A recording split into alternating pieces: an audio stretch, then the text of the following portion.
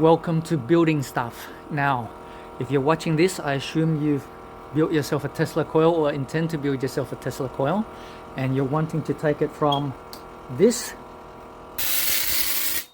to this.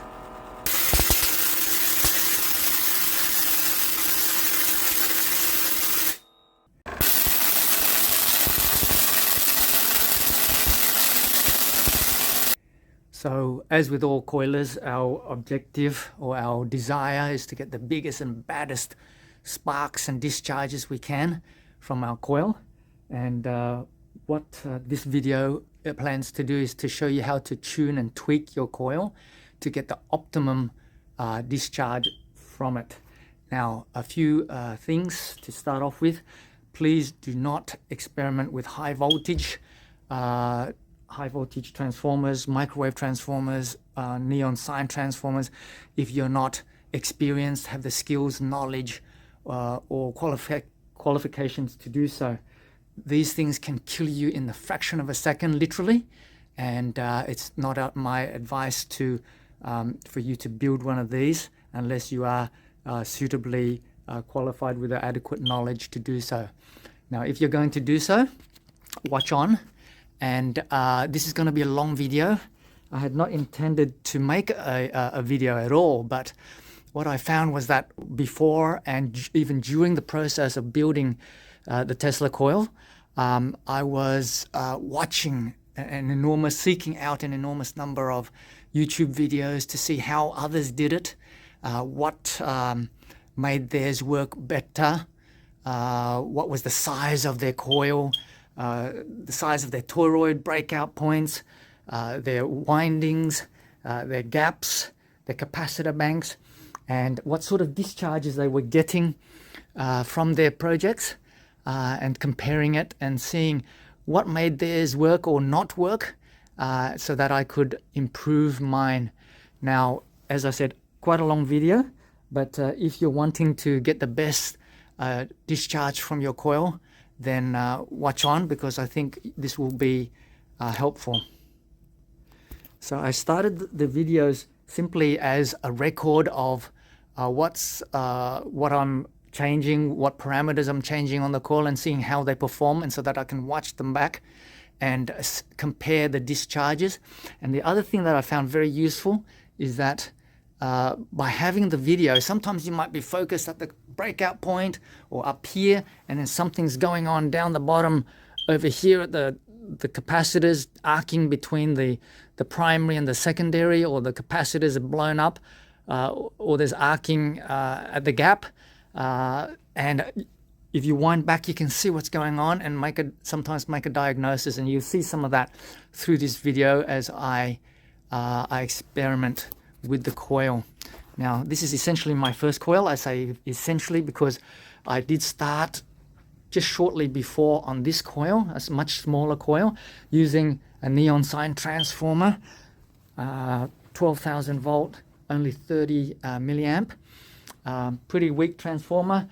Did some tweaking, as I am about to do to show you with this bigger one, but because I didn't have the experience and various safeguards in place, the neon sign transformer subsequently died soon after the tuning and tweaking, and so I decided to move straight on to the microwave oven transformers, because they're much more readily available and they deliver a fair punch. So I thought I'd build another bigger one, bigger coil anyway, just to make use of all of that energy that we've got. Now, if you are going to, and you have the experience too, just reminding you one thing: start off by building a dead man switch. This control box has a main on-off switch, and then a dead man switch, or a single pole, single throw. It only activates when you press, and so long as you hold on to it. The moment you let it go, power switches off. Now, this is really good for safety, because you might be testing something standing far away from your project, your unit. Press here. The moment you let it go, to go back to touch any of the components, the transformers, then hopefully automatically this will come off. Now, the second switch is useful in that if this switch fuses closed, you can switch it off still, because sometimes you're delivering a fair bit of current through that switch, and if it's not rated correctly, it can fuse the contacts. The second switch is always very useful. You'll see more about this control box a little bit later. Now, if you're going to build one of these Tesla coils and you're suitably qualified to do so, I'm not suggesting anyone who is inexperienced and unqualified to build one of these, because as I said, it can kill you in a fraction of a second. But if you are, then go through and seek out YouTube videos on Tesla coil builds. Now, I can suggest one extremely useful one by a 6-part series by Diode Gone Wild. Diode Gone Wild, excellent mix of theory incorporated into the build of a very nice simple coil using very rudimentary microwave oven and other parts with an excellent discharge as the product. So watch that, very useful. A few others come to mind by the Geek Group. Their YouTube channel is called Chaotic Good. Now, Coil Labs and Lab Coats also give some good general information on a build, but that one by Diode Gone Wild, 6-part series from building essentially every part of the Tesla coil is extremely useful. I've watched a myriad of others just to see how each of them individually perform, and you might like to do the same thing, and then maybe refer back to this video for tuning and getting the optimal sparks out of your system. Right, so we have our rudimentary assembled Tesla coil. As you can see, nothing's really bolted down. Clamps holding the rotary spark gap. The top cover is still at an angle, and we're just going to test this to see how it performs at the moment, and then I'm going to give you some ideas as to how I'm going to tune and tweak it to try and get a better output.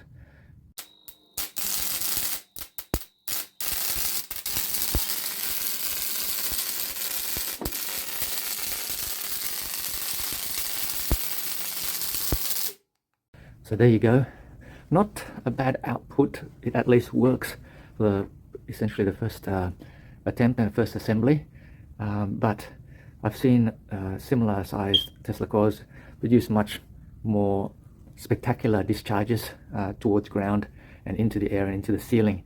And so we're going to want to try and get our Tesla coil, my Tesla coil here, to try and do the same thing if we can. Now, a few things immediately come to mind as to how we can improve it. If you have a look here, the tap at the moment, that black alligator clip is on essentially the outer winding of the primary coil. So, and I've accounted for potentially more windings on that coil. And I think if we add some more windings and tap it further out with a high inductance, we might get better resonance. So that's one way of maybe improving the performance. The rotary spark gap. Now, there are 8 nuts or bolts on the rotor side of the spark gap.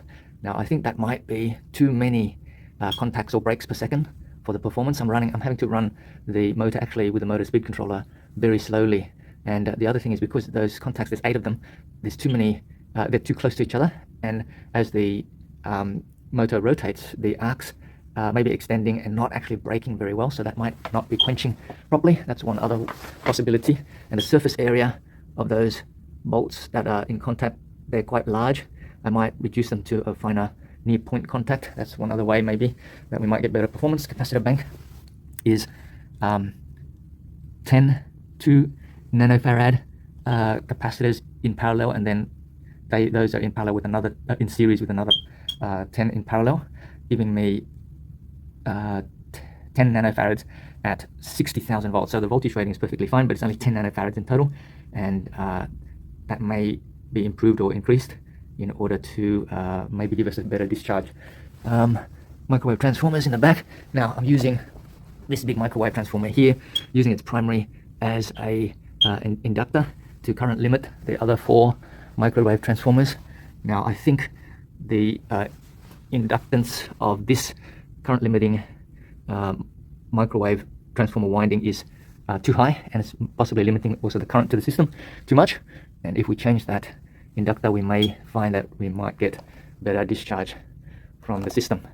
So a few ideas, and I'm going to run through that as I experiment, and then we'll see how it performs, so that you all get an idea of how to tweak and tune your own if you're going to build one of these. Now I'm running this Tesla coil without an earth or a ground.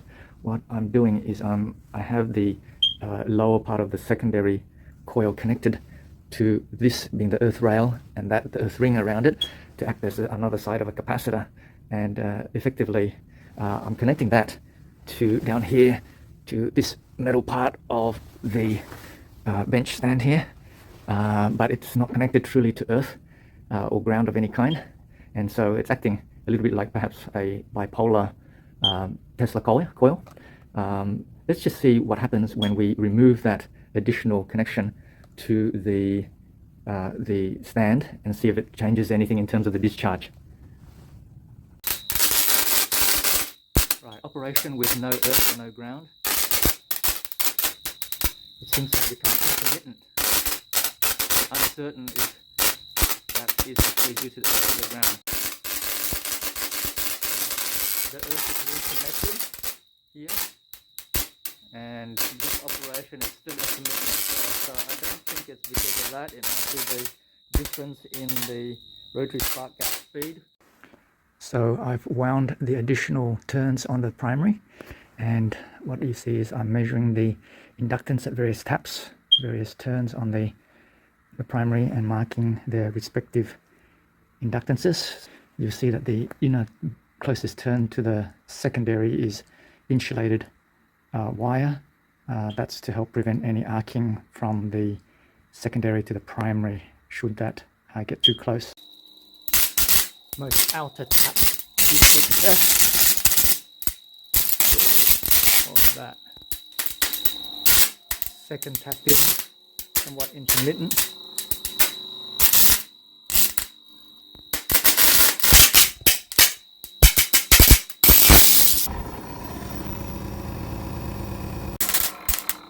This is the fourth tap, and not generating any significant sparks. Now the fifth tap from the outside, closer to what we had at the start, which produced better sparks, but not doing much. The rotary spark gap seems to be intermittent with its speed. Test 1 with most outer tap. 4 sparks, not performing very well. Test 2, 2 taps in. Much better discharge. Test 3, 2 more taps in. That's the 5th tap from the outside. Repeating test 3 with the 5th tap from the outside. Whoa, now we're getting close to resonance. Serious spark here. Test 4, 6 taps in from the outside. Back to what we were at when we had the initial primary coil without the extension.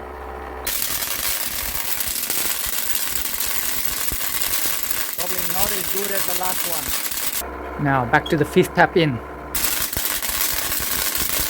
That's giving us the best arc that we've seen, and I'm going to test on that tap around the circumference of the winding. Right, taking a quarter turn off the 5th winding backwards. Very good arc. I'm going to go the other way with the winding and see if it is any better. So a quarter turn the other way, a little bit more inductance on the primary.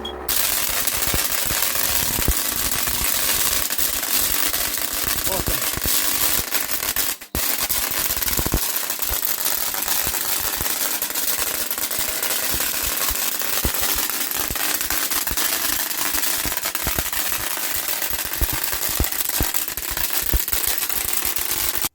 Now, one of the microwave transformers, this one out here, is getting very hot. Secondary winding, high voltage winding is very warm. Primary winding, not so much. All the others are perfectly cool. Not really sure why this one is exhibiting extremely hot core there. Just going to give it a break. So I've swapped out the microwave transformer that was getting hot and replaced it with another one to allow the experiments and testing to continue. In between, while I was waiting for this to cool down, I adjusted the space of the rotary spark gap, which I shouldn't have done, because with the change of the transformer, we're not going to know if any changes are resulting from the transformer change itself or from the change in the spark gap settings. But we'll see how it performs. Let's see. So new transformer in place. Let's see how it goes. Hopefully it's in phase. I think it might be out of phase. Just going to run that again without changing the phase of the transformer, turning on the rotary spark gap.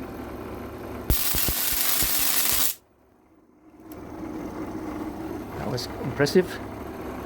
Something has died. I can smell some burning.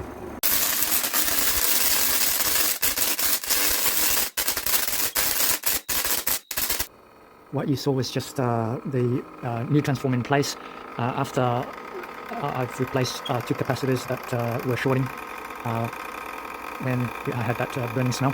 So now it's operating quite well again. I'm going to see if the variation in rotary spark gap speed is going to make a difference.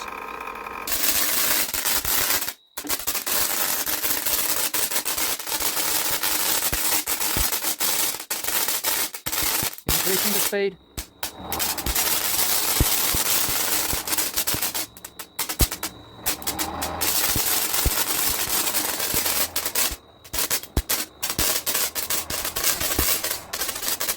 The motor doesn't seem to maintain a regular speed, but when it's higher speed, it seems to discharge much better. Now my very small motor speed 12 volt motor speed controller is not regulating the speed to the rotor, the spark gap, very well. It speeds up and slows down for some reason. But at higher speeds, the bigger sparks are generated. I'm going to now adjust the spark gap for a wider gap again and see how that affects the sparks. Right, testing again with this now the spark gap, the rotary spark gap a little wider, possibly back to what it was prior, and varying the rotary spark gap speed and see how we go. Not so good. Right, spark gap back to a more narrow setting. Let's see how we go. Motor seems to slow down.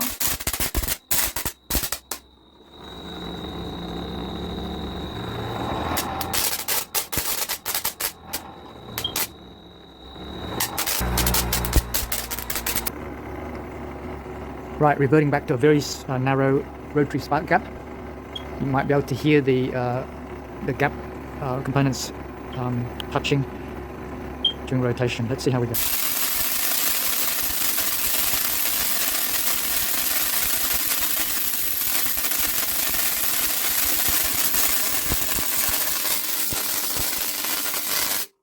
And that's killed the circuit breaker.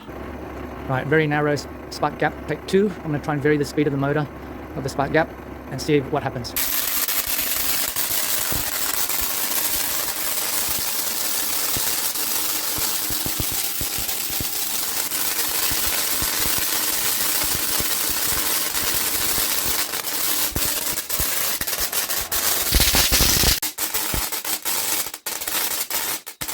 Increasing the speed.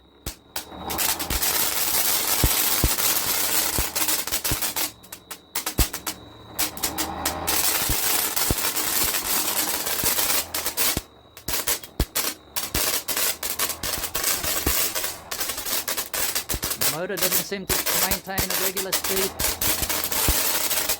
but when it's higher speed, it seems to discharge much better. Right, in that last video, one of the capacitors died, caught on fire. I think it was because of a loose connection due to the vibrations of the motor as I was varying the speed. And so it caught fire. Let's see, I've just replaced that capacitor. Let's see how it performs again.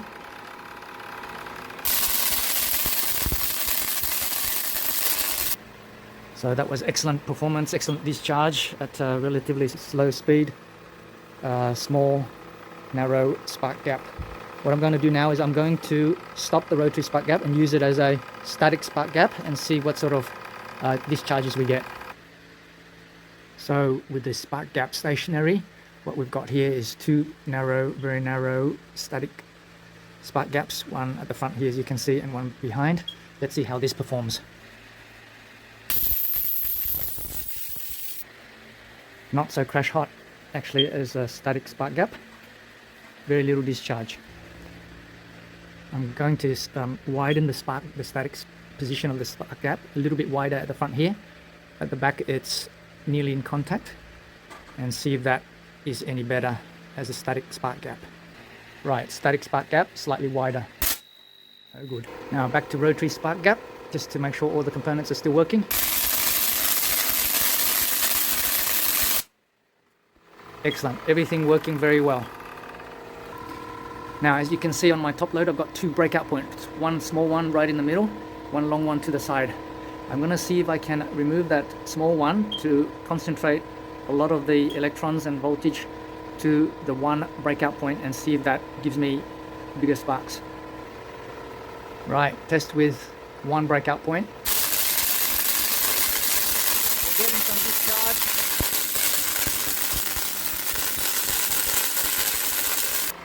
Right, seem to discharge a little bit more, but some discharge from the toroid top load itself.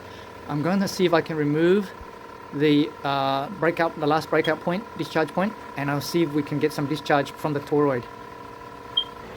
Actually, I've decided to take the larger breakout point off and keep the smaller one and see how that goes first.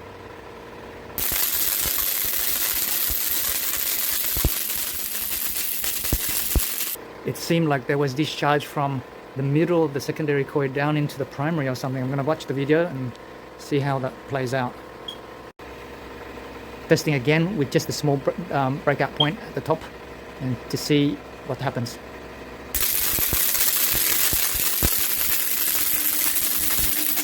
Well, something has died, probably a capacitor. Let's see what we've got. No damage to the capacitor, seems to be still working.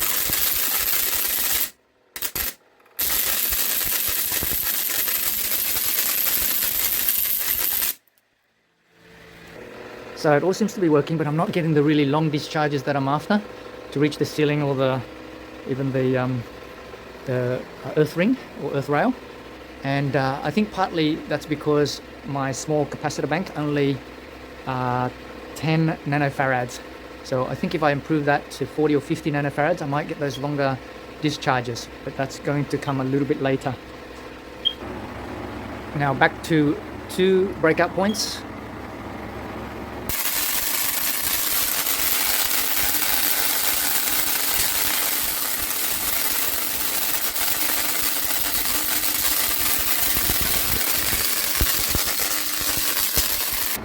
That was slightly at a higher speed of the rotary spark gap, and we were getting some big loud cracks there. Something is arcing somewhere, maybe around the capacitors. I'm just going to reduce the speed again and see if I still get those loud cracks. Right, reduced rotary spark gap speed.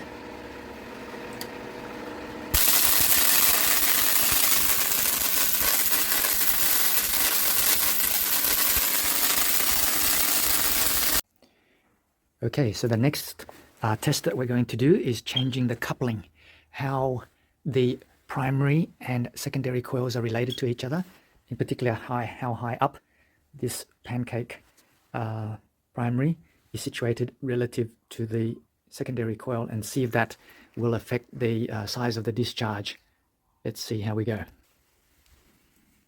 I've designed my Tesla coil secondary to have easy removable connectors so that I can disconnect it, and what you can see in there is a tube that is a certain height. We're going to replace it with a tube of a lower height, and henceforth the relative position of the primary will be higher up the secondary, and we'll see how that behaves. Now before we try the really short one, we're going to try the really long one and get the secondary coil further away from the primary and see what happens there. Okay, you can see now that the secondary is a long way away from the primary. Let's see how that affects the sparks and the size of the discharges. Okay, as you can see, with the secondary coil far away from the primary, there's essentially no discharge from the top load.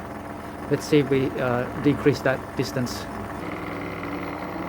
Right, the secondary is a little lower now. Let's see how we go with that.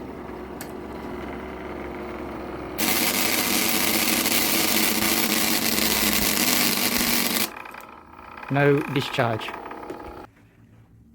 Okay, for this test, it's the primary is as high as it can, or the secondary is as low as it gets. Lower than any of the previous tests that we've done. Let's see how we go.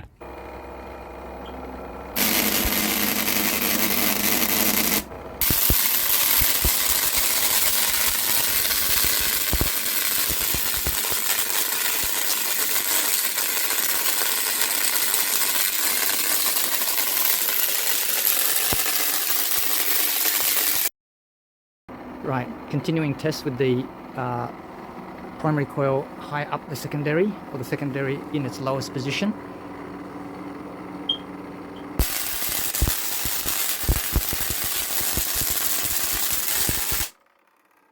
So there was arcing between the secondary and I think the primary, which is not a good thing. So I'm going to reposition it back to its original position where it operated pretty well. Now we're back to the relative position of the primary and secondary, where the secondary lower part extends about 5 to 6 centimeters below the primary, and just checking its operation again. Right, so back to baseline tests.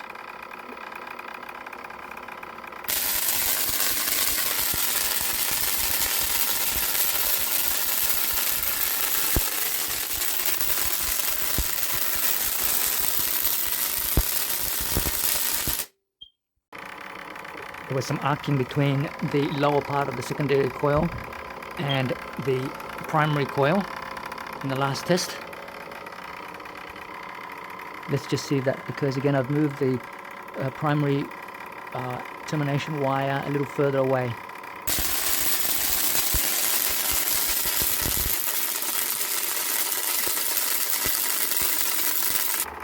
I've wiggled the secondary coil up a little higher, about a centimeter higher, see if we can still get that, arcing on the lower end.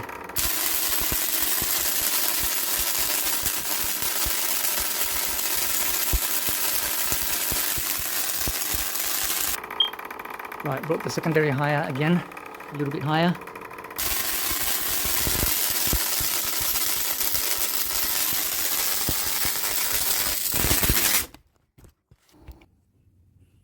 Lost the capacitor, burnt out just right there. So I'm going to test again for the coupling effects when we move the secondary coil a long way away and above the primary coil, and see how that performs. A little lower down, secondary a little closer to the primary but still above it.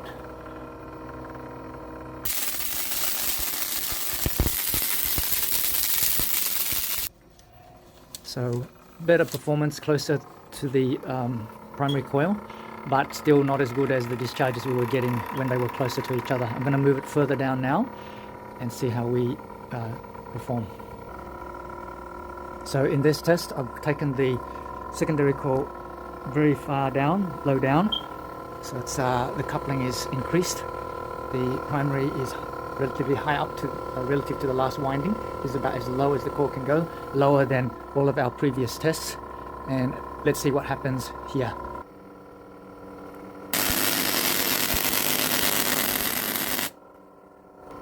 Minor issue, I knocked one of the alligator clips out, so it wasn't connected, the circuits weren't connected properly. Let's go.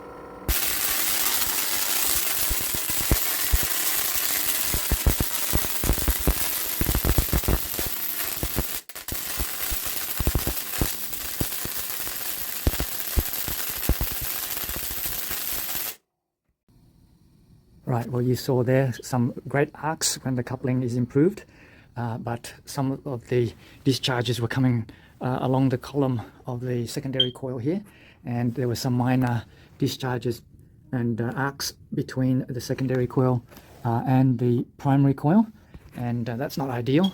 I'm going to return it back to its very original position where we've been doing all of the previous tests, and see how the discharges compare, and if there's any arcing to the primary from the secondary.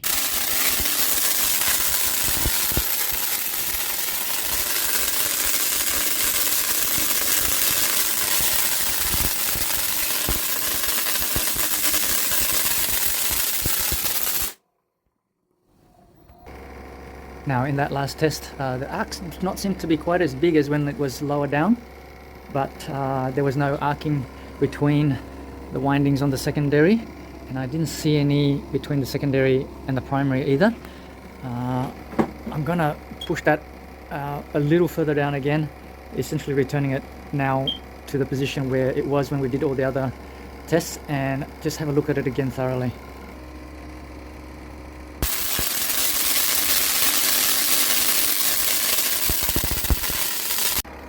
Gonna have a look at that one more time.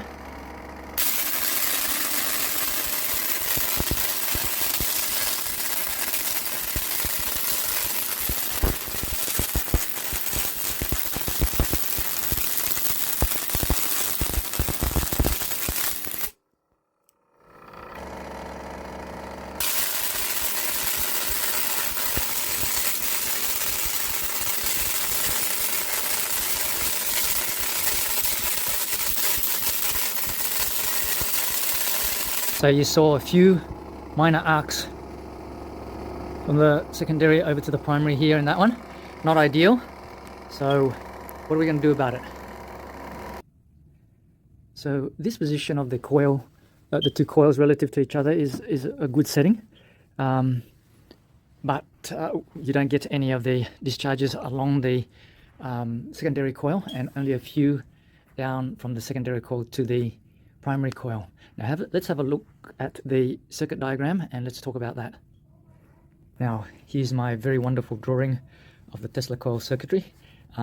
Disregard the primary at the moment. Let's have a look at the secondary. Now this secondary, as I was saying at the very start, is essentially like a bipolar Tesla coil. Essentially that's the top load, and this is the ground plate, which is the earth ring and earth rail, and it is not earthed. So essentially it can behave like a bipolar Tesla coil, and being AC, it could very well be like this. So what it's wanting to do is to discharge as well to a degree from the lower winding, especially when there is a degree of coupling of the primary over the secondary. There will be a degree of voltage here that will want to jump across to the primary. Now, this is probably a good reason to ground the Tesla coil. Grounding the lower end of the Tesla coil, so connecting this to ground, will help any high voltage developed in the lower turns travel to ground rather than arcing across to there. So that's one good reason to earth it. Having thought about that, that's probably one of the reasonings why we should earth the one end of the Tesla coil. Now the second reason that some people have indicated is that the Tesla coil may produce some radio frequencies, disruptive radio AM radio frequencies, and that can be disruptive to local radio transmissions. Now, if we have a quick look at the calculations as to the frequency at which this Tesla coil is working at, we'll discuss that a little further so that we improve the understanding of the topic. Now, this is a typical frequency of an LC circuit, or inductor capacitor oscillator circuit. So the frequency is given by the inverse of the 2 pi times the square root of the inductor and capacitor multiplied. So in this Tesla coil of mine, if we substitute all in the figures, the 2 pi is 6.28, square root of 39.5 is the inductance at the tap that I've measured the inductance, and the inductance is in henries, so it's microhenries. 10 to the negative 6 multiplied by 11, which is my capacitor bank. 11 nanofarads being 10 to the negative 9 henries. Sorry, disregard that. That's the capacitor. 11 times 10 to the negative 9 farads. So if you work that out, the frequency at which this is oscillating is about 241.5 kilohertz. Now that's actually outside of the standard AM radio frequency. Standard AM radio frequency is 530 kilohertz to 1.7 megahertz, and FM is a lot higher than that at 87.5 to 108 megahertz. So it's unlikely that this is going to disrupt any of the transmissions of radio transmissions. 241 odd kilohertz. We're still halfway to the first AM frequency. But let's do a test on that just for interest. I'm going to get an AM radio, set it at the lowest frequency radio station, and see if this disrupts it in any way. Okay, so we're going to test with the Tesla Coil connect to a true Earth and see how we go. Expanded ceasefire agreement. Mr. Albanese. Economic growth in Australia, creation of jobs in Australia, as well as a more peaceful and secure region. And that certainly is my priority over coming days in meetings I'll have here. Okay, and now we're going to test with the lower end of the Tesla Coil floating, just connected with the Earth ring, but no connection to Earth. Colleagues this week, there's no guarantee. Severe thunderstorms have lashed parts of Australia's east coast this afternoon. Harry Buttonshaw reports. 5 centimetre hailstones and wind gusts of up to 96 kilometres per hour have hit areas of southeast Queensland. 3 separate cells are moving east towards Noosa, Maroochydore and from Brisbane CBD offshore. Okay, so in that radio interference test, you could vaguely hear in the first test where the Tesla Coil was grounded, vague minor interruptions and interference on the reception. And then on the second test where there were the lower end of the secondary coil was left floating, no connection to Earth at all, you could hear a more definite interference, and I was sending SOS code there if you listen carefully. So despite the resonance frequency of the Tesla Coil being around 240 kilohertz, it has stray frequencies. It produces stray frequencies that interfere with the 550 kilohertz AM radio station, and so definitely there's some interference, but how much at a greater distance? Possibly not too much for a small unit like this. The other thing is that these units run at around 100 kilohertz to 200, 300 kilohertz. They can interfere with the low frequency, low wave radio transmissions used by marine and other long distance communications channels, and consequently they may have a more direct effect on those transmissions and reception. If you happen to have a long wave receiver and are in possession of a Tesla Coil, please do some tests and see if there's any more significant interference at around the frequencies of the resonant frequencies of your Tesla Coil, and post it in the comments. That would be great. Now we need to solve one other problem, the arcing between the lower end of the secondary coil and the primary coil. I'm going to try this one of two ways. I'm going to put some sort of barrier between the primary and secondary to help make the distance that it jumps further before it comes across to the primary coil. And the other way is I'm going to now try grounding again and see if that reduces the incidence of arcing.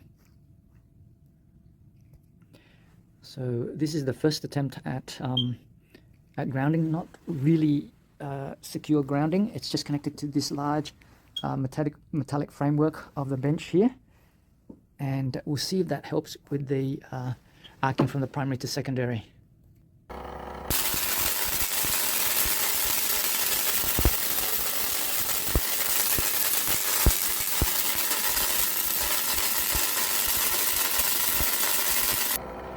Simply giving the path to something more robust for the electrons to go. Seems to, I didn't see any arcs that time, so there wasn't any arcing. Now the other thing is I'm going to compare that very basic grounding, which is not really true grounding, just giving it somewhere else to go, and with true grounding or earth connection to a stake in the ground, and see if it changes the intensity of the sparks. Now let's have a look at the sparks again with just this basic grounding, and then we'll connect to a true earth point.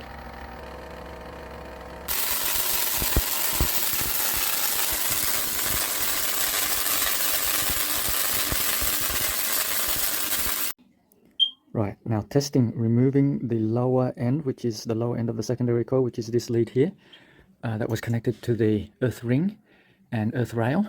And I'm just going to connect that to the metal frame of the bench here and see how that affects the discharge.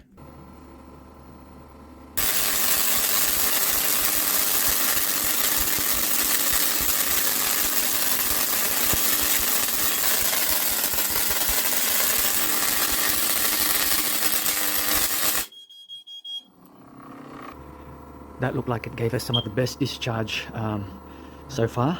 I'm just going to reconnect the earth rail and earth ring and see, and take another video and compare it directly. Right, earth rail, earth ring back on. Let's go.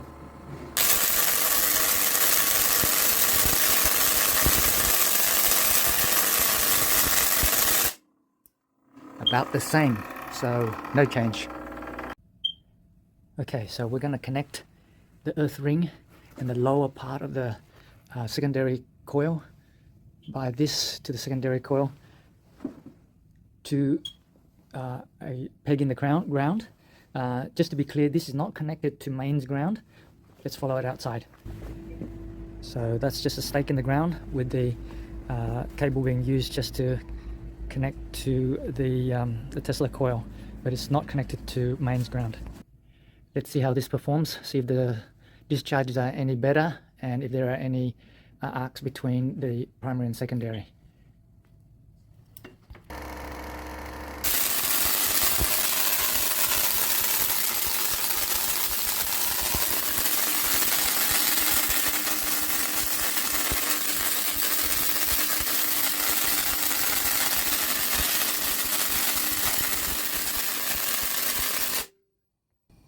So the discharges aren't much bigger or longer, but much like when we connect it to the metal frame of the table, that helps, gives the path of the lower end of the Tesla coil somewhere to discharge to, instead of arcing from the secondary coil to the primary coil.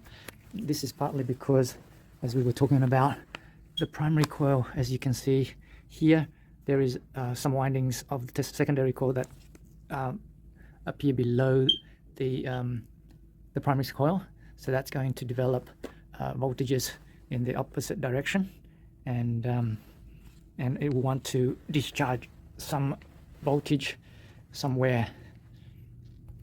So as you can see, earth connection or some form of discharge path, like a big metal frame of the table, can help prevent the secondary discharging to the primary.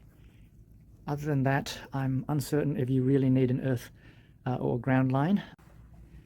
Now I'm going to turn my attention to the current limiting inductors that help limit the current to the microwave oven transformers, which help them or prevent them from overheating and drawing too much current. Currently I'm using this very big old microwave transformer. Can't remember where I got it from, I just found it in amongst my bits and pieces. It measures on the taps that I'm using on the primary 8.4 millihenries.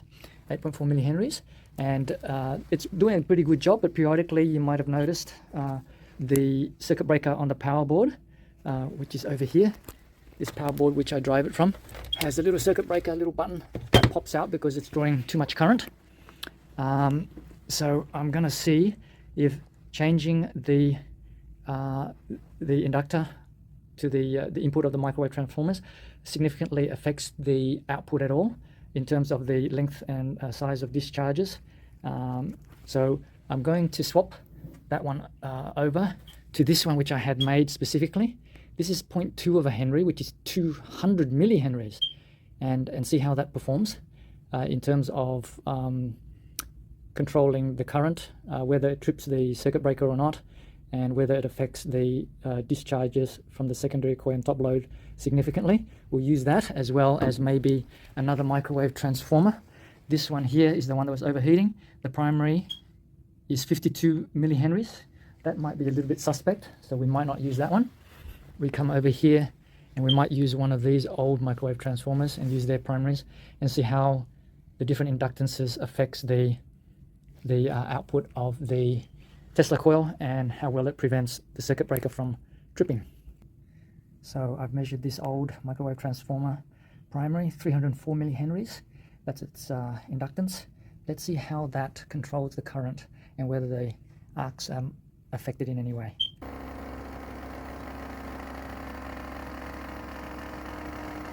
No action from that transformer. I think it's faulty, or the inductance is way too high, so it's limiting too much current.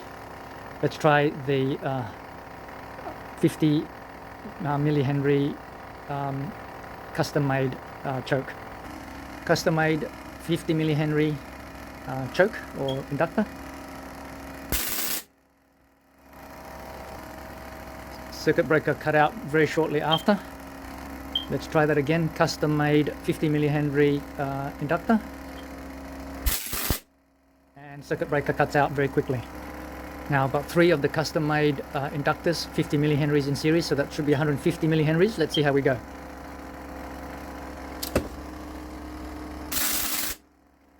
Cut out, circuit breaker cut out very quickly again.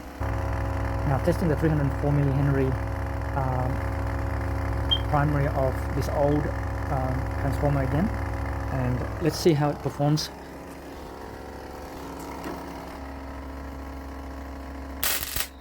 It seems to let through a little bit of the current initially, and then when it keeps running, it actually blocks a lot of the current, so consequently that's too much inductance, and not enough is being let through for the other microwave transformers to operate. Now this is a new microwave transformer. The primary inductance is 322, 323 millihenries. Let's see how this performs.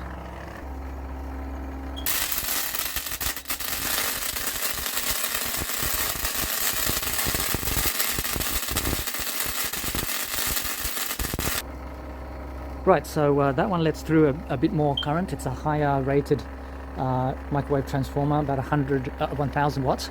So it seems to let through more. So the Tesla coil operates, but not at the same discharge and power from the secondary, from the top load, as from the very large microwave transformer inductor, being this one. Now we're back to our original large microwave transformer being used as inductor to current limit. Back to the original microwave transformer primary used as inductor, current limiting inductor. Let's see.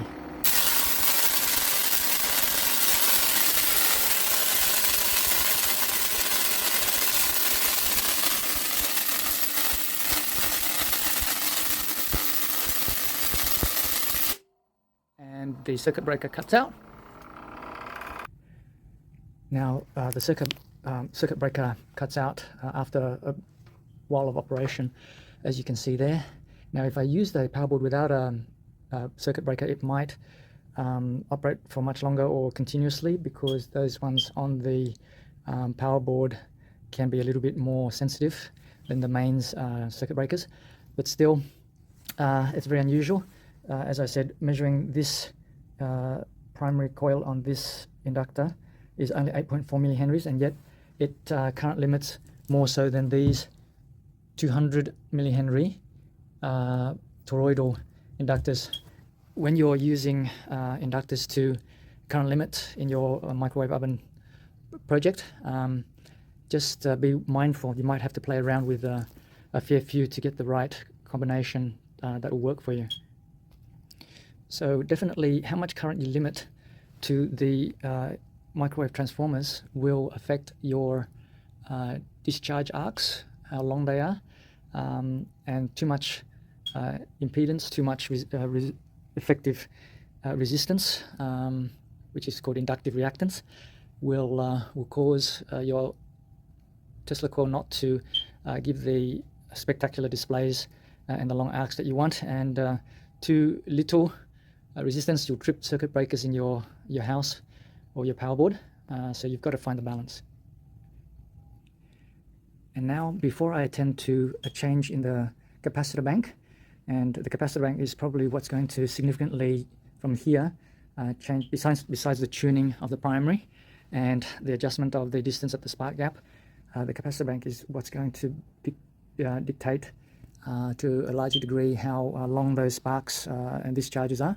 But before we do that, I'm going to give the static spark gap a more thorough review. Previously I used the rotary spark gap at various positions. That didn't do it justice. I'm going to replace it with a proper static spark gap with a large area of surface for discharge, and we'll see if that performs as well as the rotary spark gap. Okay, static spark gap made of aluminium and stainless steel bolts, reasonably large in size. Aluminium allows to some degree of heat sinking. Fan cooled at the back to help quench. Let's see how this performs. Gaps adjusted reasonably close. Let's maybe they might need to be a bit closer. Let's see how that goes.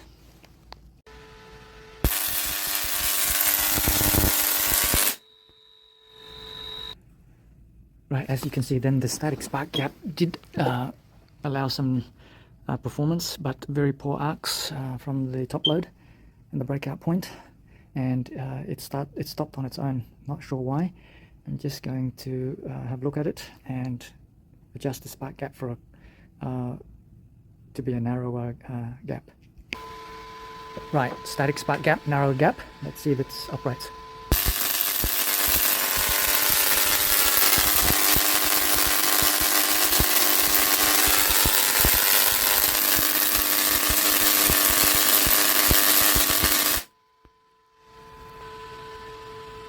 Not bad.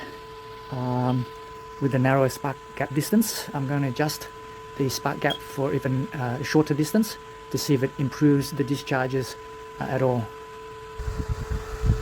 Right, very narrow spark gap,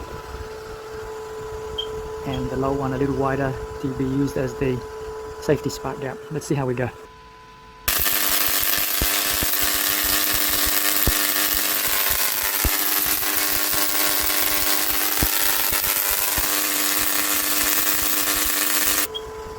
Right, so those discharges just then with the really narrow spark gap seem to be a bit weaker than before, so I've backed it out slightly so that the gap is a little wider, but not as big as the very first test. Let's see how this goes.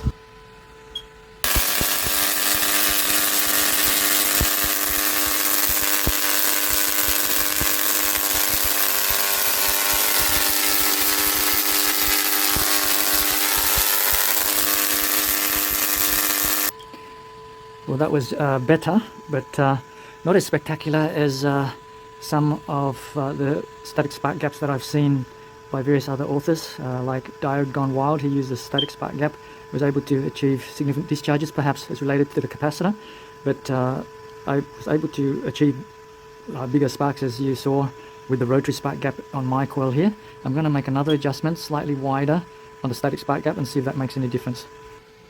Right, slightly wider static spark gap.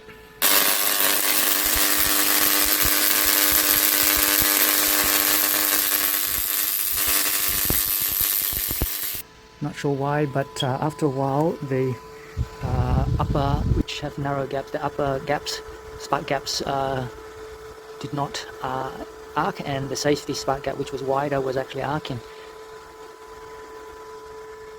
Let's try that one more time.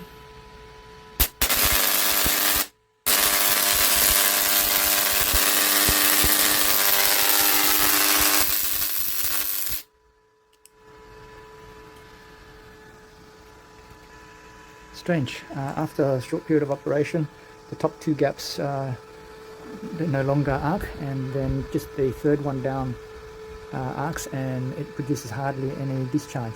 I might need to close the upper ones a little and separate the third one a little bit more.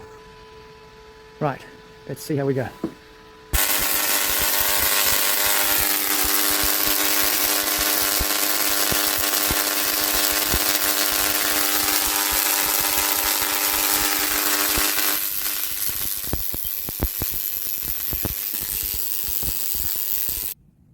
Still uncertain why, after a period of running, the spark gap limits itself to the third of the four, and subsequently the discharges become very minimal from the top load. Right, now open the third gap a little bit more, close the fourth gap, which was the safety spark gap, and kept the first two at the same distance. Let's see how that operates.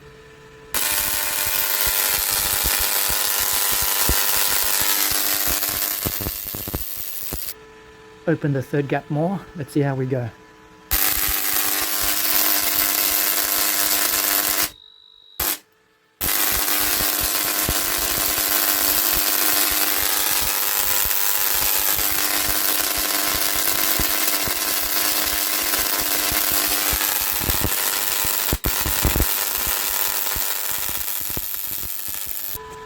Strange, after a period of operation, the spark gap isolates itself to one of the gaps, and then the discharge from the breakout point or the top load diminishes significantly. I'm going to remove the fan cooling and see if that changes anything. Right, static spark gap, cooling fan off.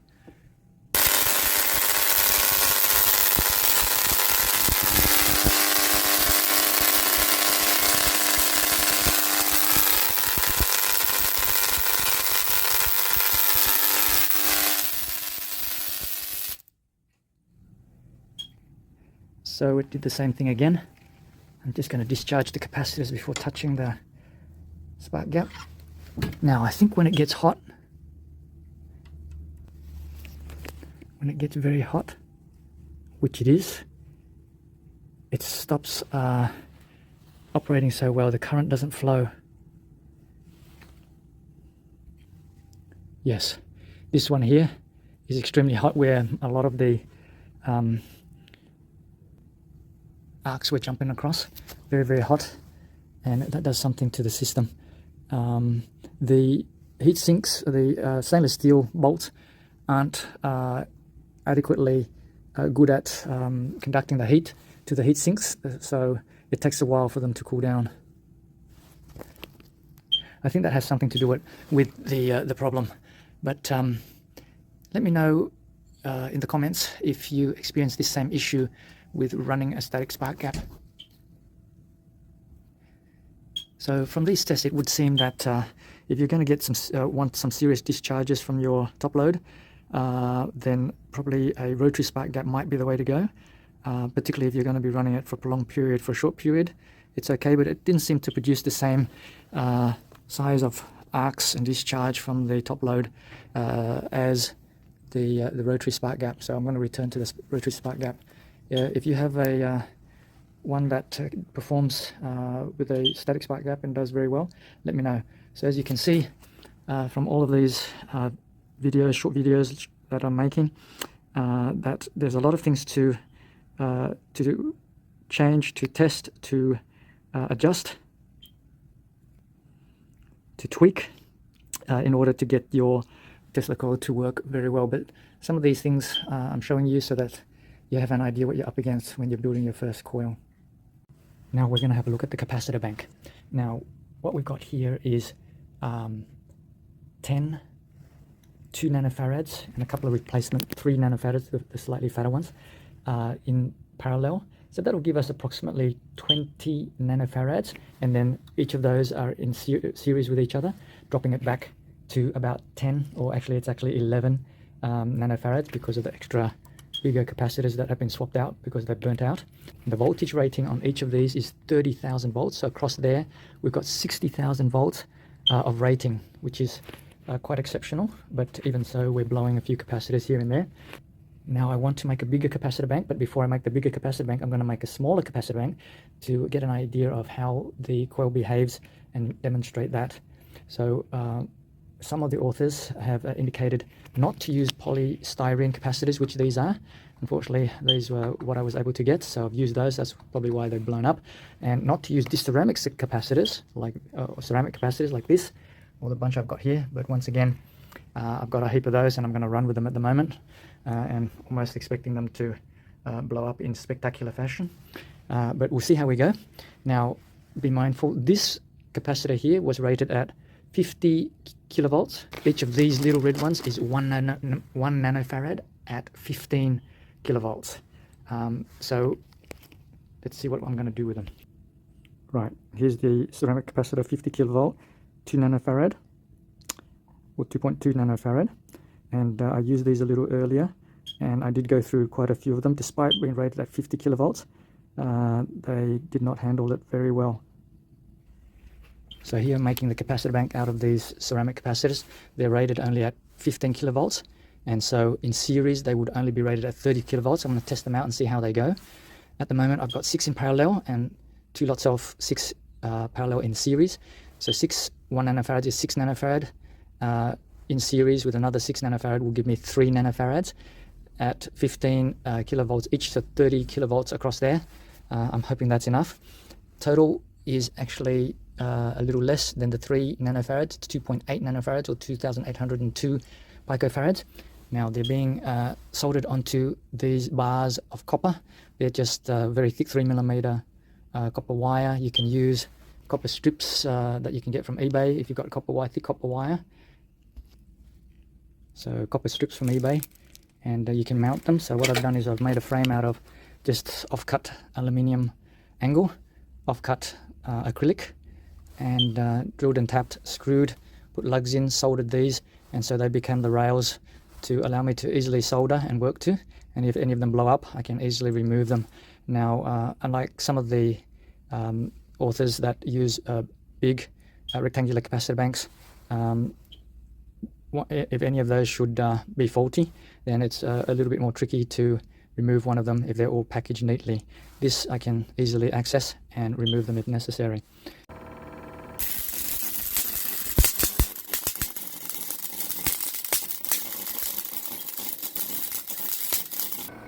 So a bit of lackluster performance at that tap, and with these capacitors I'm going to try another tap.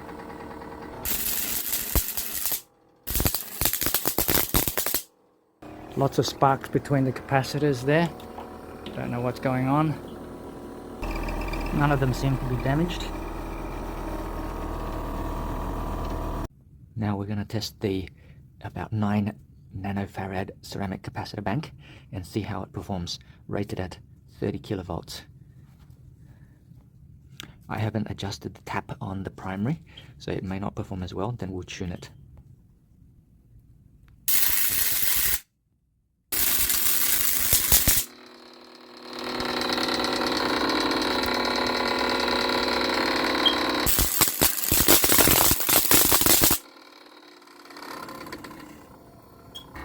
Looked like it was arcing across the leads, which are very close together on those small capacitors. Just tuned it, just changed the tap on the primary. Let's see how we go with this.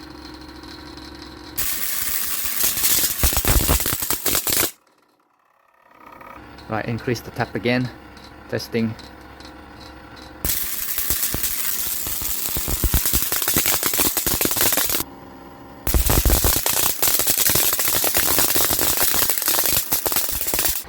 So lots of noisy arcing between the leads of the capacitors.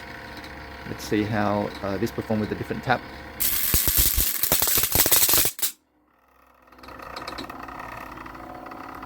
Not as good as the polystyrene capacitor bank, despite a different tap. Different tap again. Back to one of the better taps. Let's see how it performs.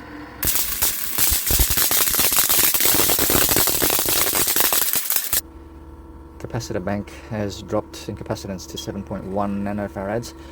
It was measuring above 9 nanofarads before, so despite no visible damage physically externally on the capacitors. Some must be damaged internally, but nothing visible outside.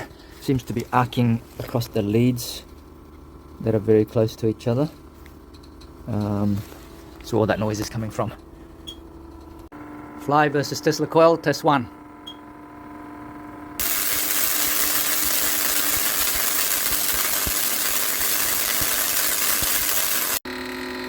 Just a quick test run with the 11 nanofarad capacitor mount.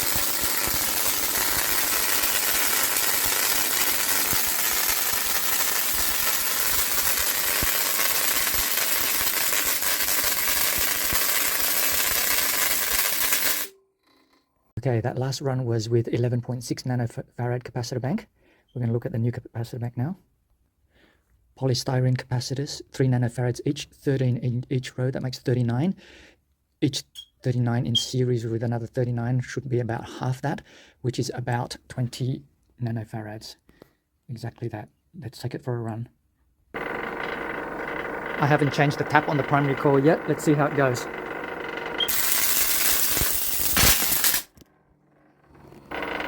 Straight away we've lost some capacitors. Let's see.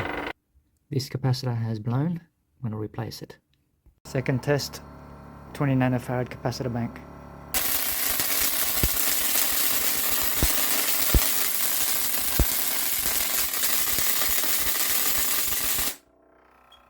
That's nearly twice the capacitance, but I haven't changed the tap on the primary coil, and we know that we should do that to tune it with the new capacitor. Let's see how we go. Quarter turn less inductance on the primary.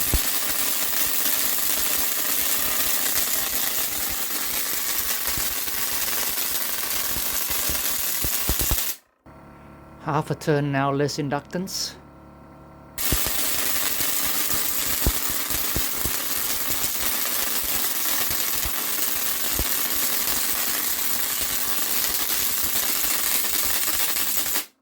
Seems to be getting a bit bigger and longer the discharges. 1 turn less inductance on the primary.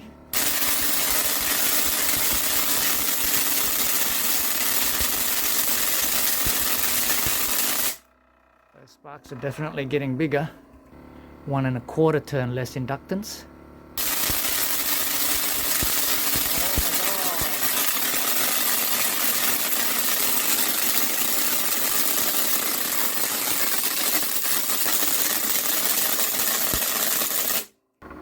1 1/2 turns less inductance.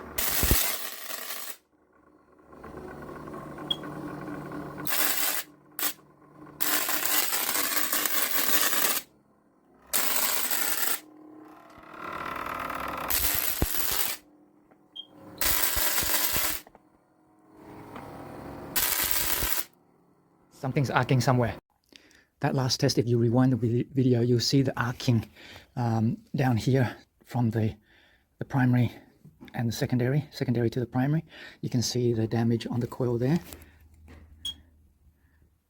A couple of spots of damage to the insulation, and I wasn't paying attention to that. I was more interested in the breakout point, but something was going on there, and now it's not working. Let's just test it one more time.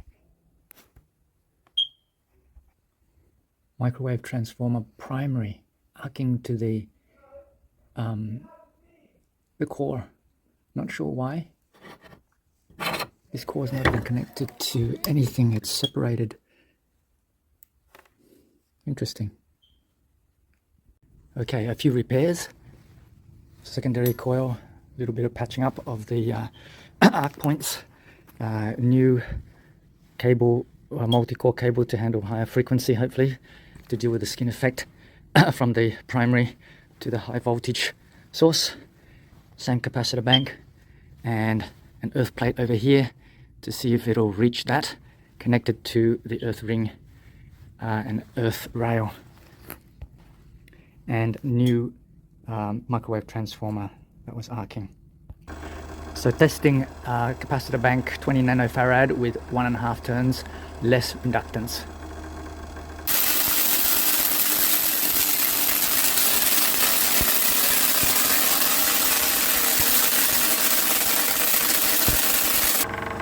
Polypropylene cover to try and prevent the arcs from the primary to the secondary.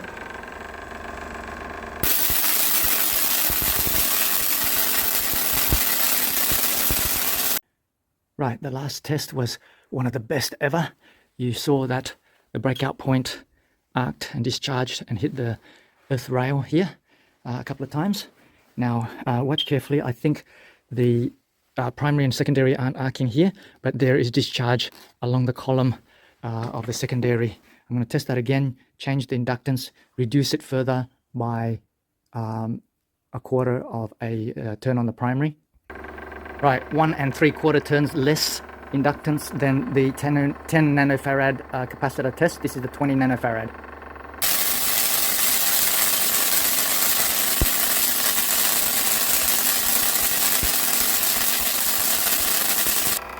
Awesome, a couple of arcs along the column of the secondary coil there, but striking the earth rail a couple of times. Let's make a few more adjustments. 2 turns less inductance on the primary.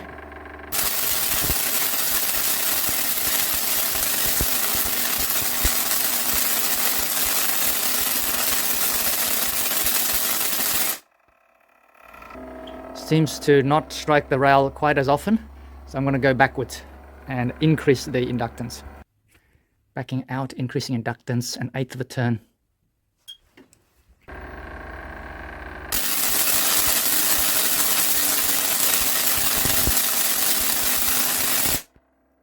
None of them hit the earth rail. Gonna take it back again.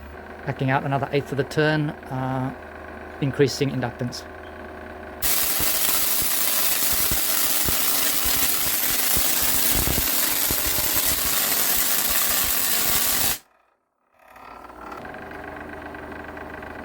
Backing out and increasing inductance, another eighth of a turn.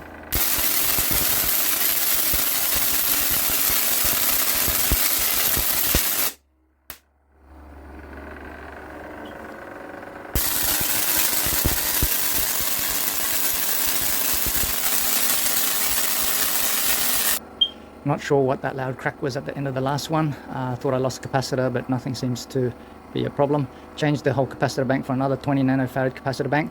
Same tap on the primary.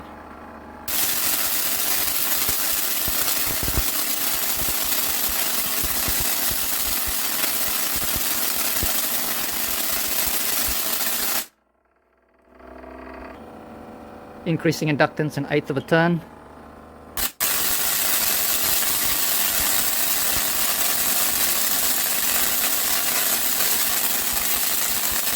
Breaker cut out. Adding more inductance again, going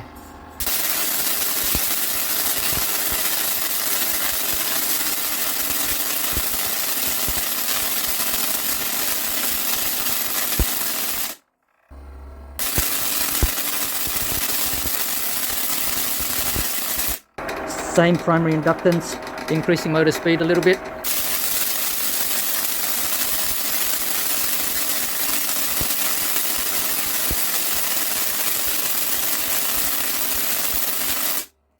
We are at resonance there between the last 2-3 settings, each being about an eighth of a turn apart. So I'm going to set it between the last 3.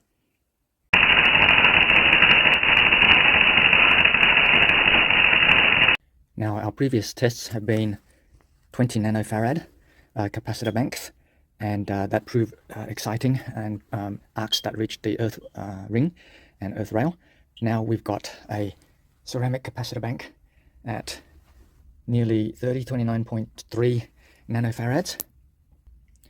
That's a 50% increase, 1.5 times the capacitance. This should really be cooking now. Just a few things about capacitor banks if you're going to be building these. If I were you, I wouldn't go for these really small value, low voltage capacitors. At least one author has said ceramic capacitors and even the polystyrene capacitors that I've used in the other banks are not favorable for Tesla coils. And indeed, I've lost a few. This is the polystyrene that's blown through here, and I've lost some ceramics in the past in doing other tests.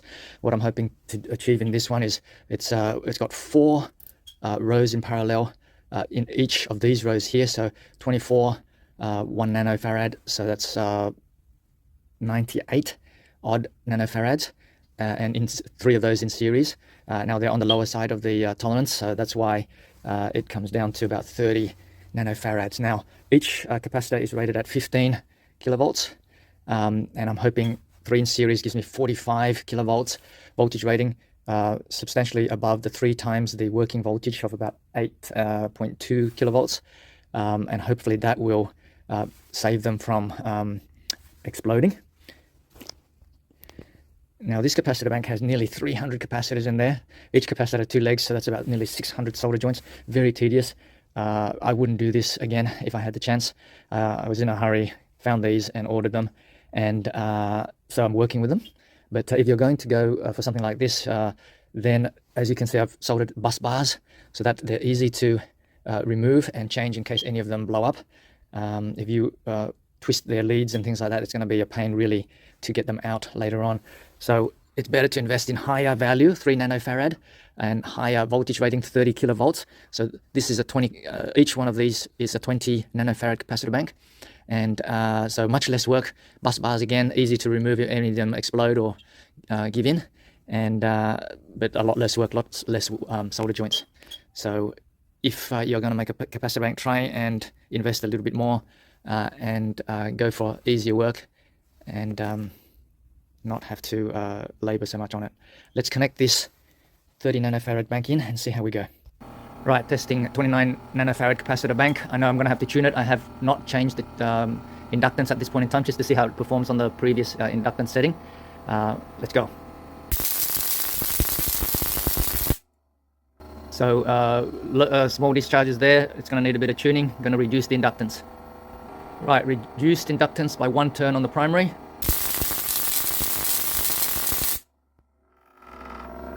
Not so good.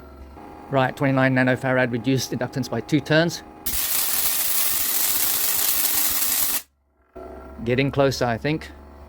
Right, reduced inductance by 3 turns.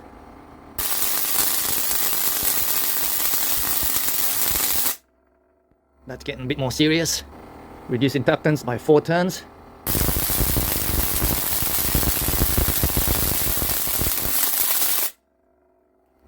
Much the same. Reduced inductance by 5 turns. Discharge is getting smaller again. So somewhere between 4 and 3 turns is the way to go. 3.5 turns from the initial test.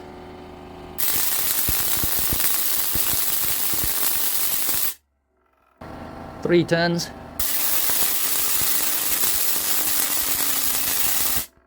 Bit better. 2 3/4 turns. 2.5 turns.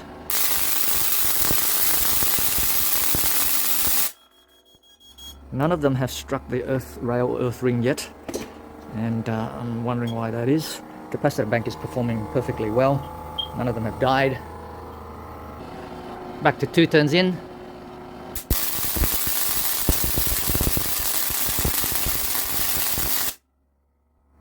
So those last images give us a frame of reference, a reference for the 20 nanofarad capacitor bank. Now I'm doubling them up, connecting 2 of them in parallel. We're going to have 40 nanofarads of capacitance, polystyrene capacitors. Now we should be playing with fire. 40 nanofarad capacitance bank, but not yet tuned.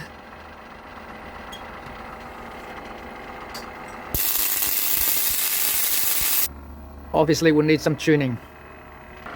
2 turns in.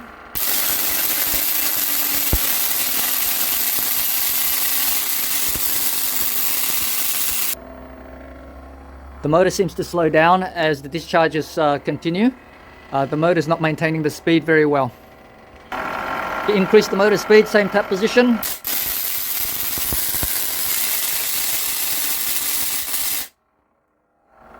Not so good. Right, motor speed control is letting us down. Trying to stabilize the motor run battery with a power supply because it's with all the tests it's probably running low. Let's see how we go.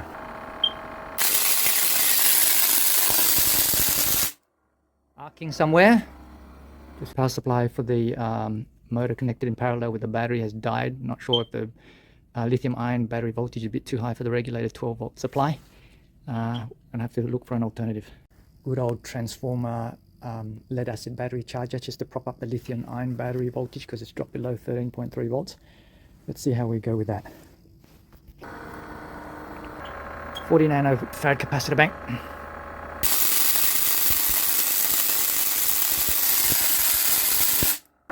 Test again.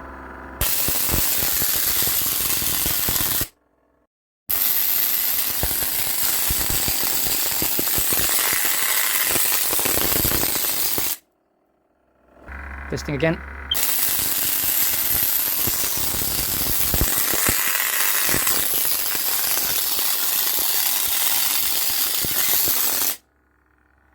Just a quick note, this is a lithium ion battery supplying the pulse width modulated motor speed control module here that runs the spark gap motor. Now, what it was doing was that the motor was speeding up and slowing down, and I think it has something to do with the lithium ion battery management system that controls the current in and out of the battery. Now, I've had to connect a good old lead acid battery charger to it, and it seems to be working perfectly fine. The motor speed stays constant, so just bear that in mind if you're running your motor speed controller from that a lithium ion battery. Now, I've given it a fair bit of time for the spark gap to cool, because what you'll find is as the spark gap gets hotter, it doesn't perform as well and the entire coil doesn't discharge as well. But now that it's cool, it should perform a lot better. 40 nanofarads, the correct tune tap, I believe. Let's go.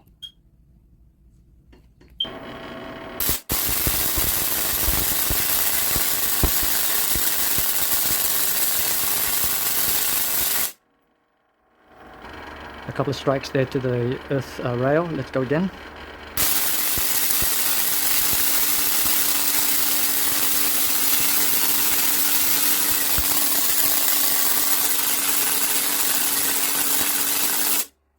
Despite doubling the capacitance, 40 nanofarads, the amount of discharge, length of discharge, and the number of times it hits the rails has not increased significantly from the 20 nanofarad capacitor tests.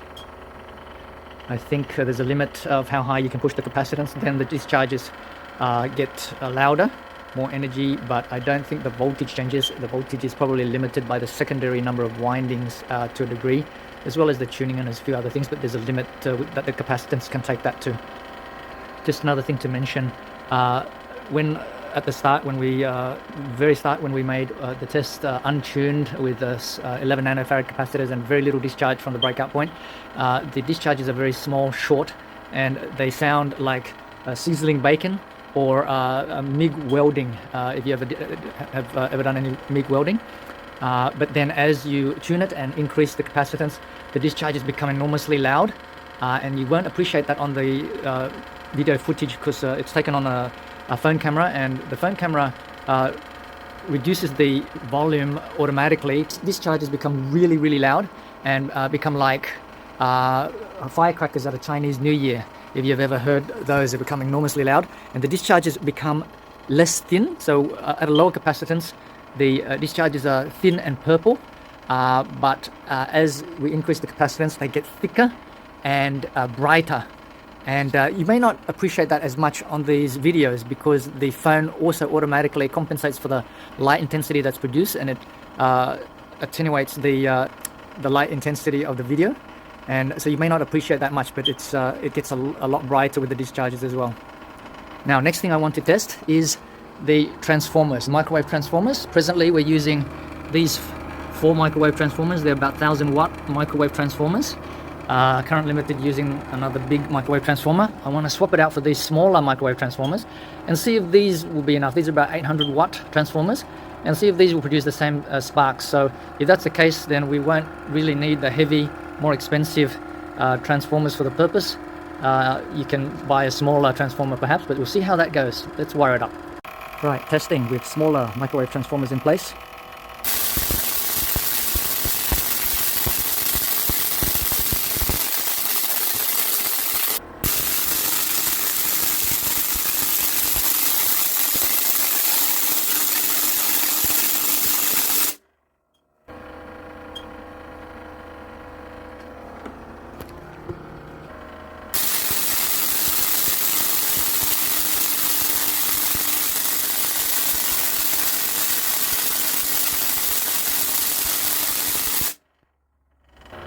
Right, that was pretty good. Smaller transformers in place. Bigger transformers are out here. And it seems to be working pretty well. Everything's cool. Let's take this for a long run with the small transformers. Let's take this for a long run with the small transformers.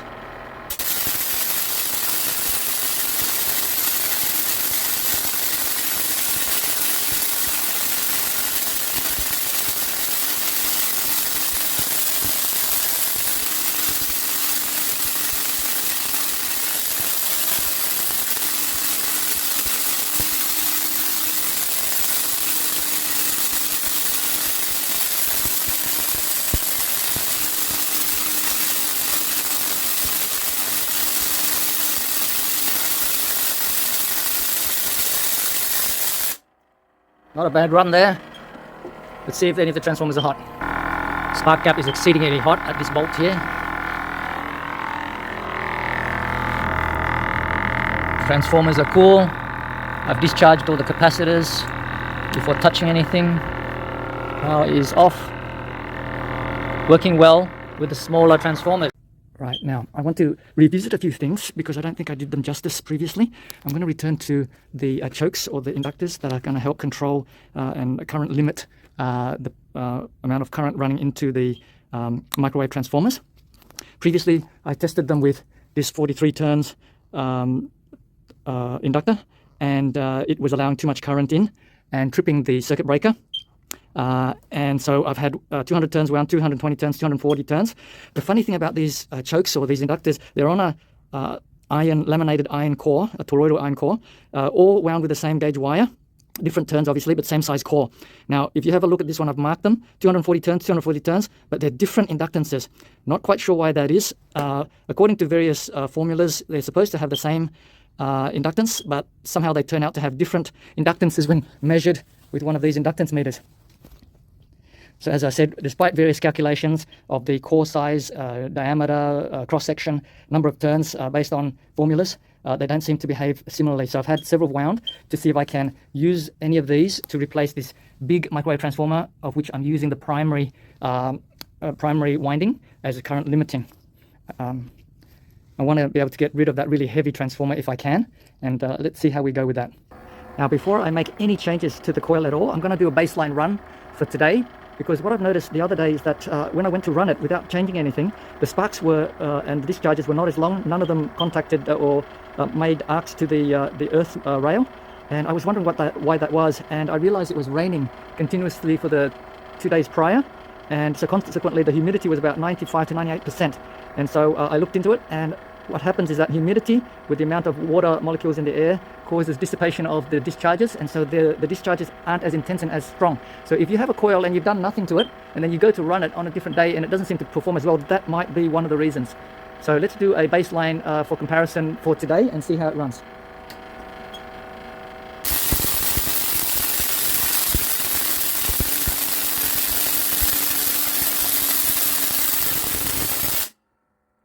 So we got a few contacts with the earth rail, which is excellent.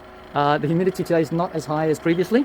So that just goes to show that humidity affects the discharge lengths. Just be mindful when you're doing your own experiments. So now changing the large transformer, microwave transformer inductor for this 240 turn toroidal inductor. And let's see how we go. 240 turn, new inductor.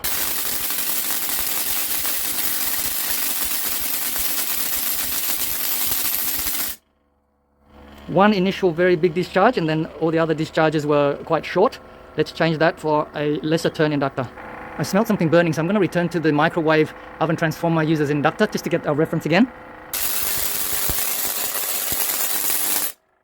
Not bad. Now the 200 turn inductor.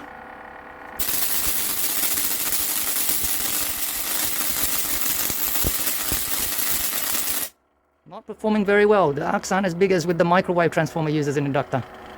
Now I'm going to jump back down all the way down to a 43 turn inductor. That should let a lot of current through. The other thing I need to mention again is that prior I was using this power board to run the Tesla coil, and it has its own little circuit breaker there which trips quite easily. It's trips at a relatively low current. Now I'm going directly to the power point and running off that and relying on the circuit breaker at the power board to cut out if I'm over current. and it's allowing me to run for longer periods and having no problems as yet, but this might trip that circuit breaker. Let's see how we go. 43 turn inductor used for current limiting.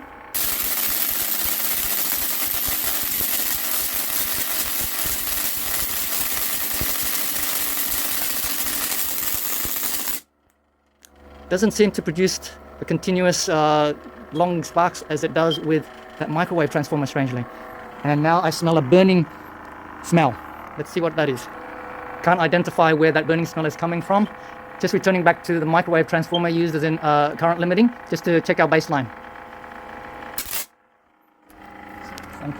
Something went wrong there. Checking baseline again.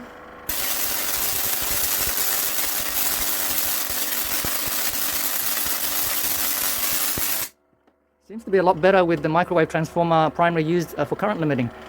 Uncertain why. If any of you out there are engineers who are watching this and can explain why same toroidal inductors with same wire gauge, same number of turns, same core size has different inductances, can you please explain in the comments for me? That would be great. Thank you. Now obviously if you're going to be doing this at home and you're going to be using something to current limit, you can see that the different things I've used makes a difference to the size of the sparks and the discharges we get from the breakout point. And so this is one of the things you're going to have to experiment with to try and get your best output, because tuning is only one thing, but these other parameters that we're experimenting with do affect the size of the discharge and how effective the coil performs. Now in an attempt to try and work this out, I'm using a smaller microwave transformer, using its primary for current limiting to see how that performs. Right, microwave transformer, smaller one used for current limiting. Something's tripped. Actually, nothing was tripped at all. That primary of that microwave transformer does not let enough current through to allow the coil to even discharge. Now, some authors have suggested shorting the secondary of a microwave transformer when using the primary for current limiting. Now, I'm not sure why that is. If anyone out there can explain that, please make a comment, because to me that sounds like we might end up burning the secondary coil, shorting it in that way. So I'm not willing to try that at this point in time. Now, after the last test, something did actually die. One or more of the microwave transformers. I've replaced it with the 4 larger 1000 watt transformers. Let's get a baseline.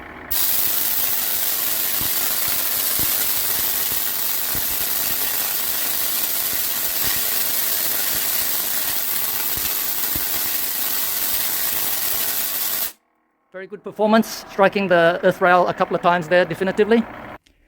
Well, off camera, I've done a few more tests. I've removed the smaller 4 microwave transformers that was running the coil and replaced it with these larger 1000 watt microwave transformers. And then I've changed that yet again for the inductors of various inductances, and also another one of these used as a current limiter. And none of them performed very well. Sparks and discharges were very short and small compared to this guy here. Not really sure why that is. And as I said, if you're going to be building one, your current limiting inductor or transformer that you're using, it may cause you to have a lesser output or a shorter discharge from your Tesla coil than can be. It's just by luck that I had this large microwave transformer and I tried it and been using it, and it's been performing very well. I'm not sure how I'm going to get around that with future experiments, but as I said, it's very important that that current limiting inductor, it seems to be affecting the way everything runs. Now, one of the other things I wanted to revisit was the static spark gap. Now, I don't think I did it justice, but I could be wrong. I want to test it again and see how it performs.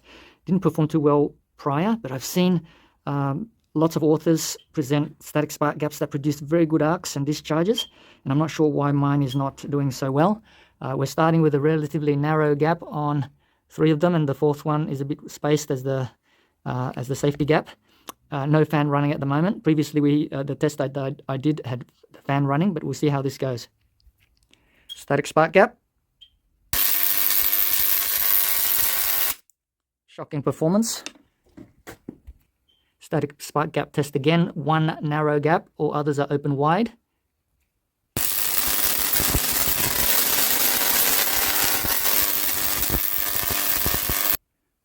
that performed not too badly as a static spark gap. Some really long discharges, but a lot of them were narrow. I'm going to try and quench that with a blower instead of that little computer fan. I'm going to quench it with a blower and see how we go.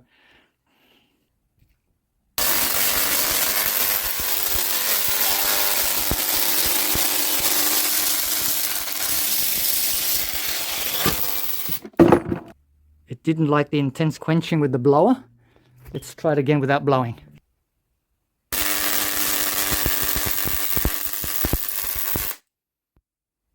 Seems to diminish after a while. Not performing as well as it did just recently. Let's go again.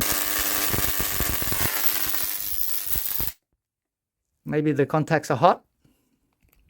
Contacts were very hot, that top one, so I've moved them away from each other, moved the second lot in, which are cooler. Let's see how that performs.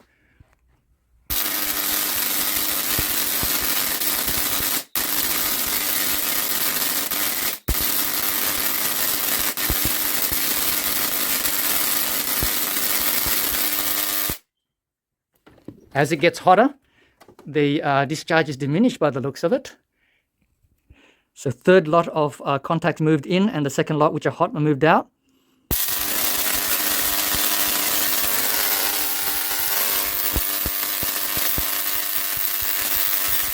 Fourth lot of contacts moved in, and the third one, which are hot, moved out. Something has died again. Right. The problem with the static spark gap is they can perform quite well, not quite as well as the rotary spark gap, but they also suffer from the problem of getting hot very rapidly, and subsequently they no longer perform as well as the temperature increases, and they die off almost exponentially. I also think I understand what the problem with my spark gap is. I can't use them all in parallel, because what happens when I put them all in parallel is one might conduct, and if all the contacts are all close together, one might conduct and the other might quench, and the other still conducts, which means it never fully quenches. So that's why it's actually better operating with only one small gap and the others open. But of course, those contacts get wider. The other authors I've seen actually have their static spark gaps in series, so a series of space jumps, so that it actually can quench properly. With the parallel ones like this, it doesn't quench properly. That's just come to mind. So just bear that in mind. Build your static spark gaps like the other authors with copper tubes, but the gaps are in series. These gaps are in parallel. Very important. Single spark gap, static spark gap, a little wider. Right, last test, the spark gap was set a little bit too wide, back to being a bit narrower.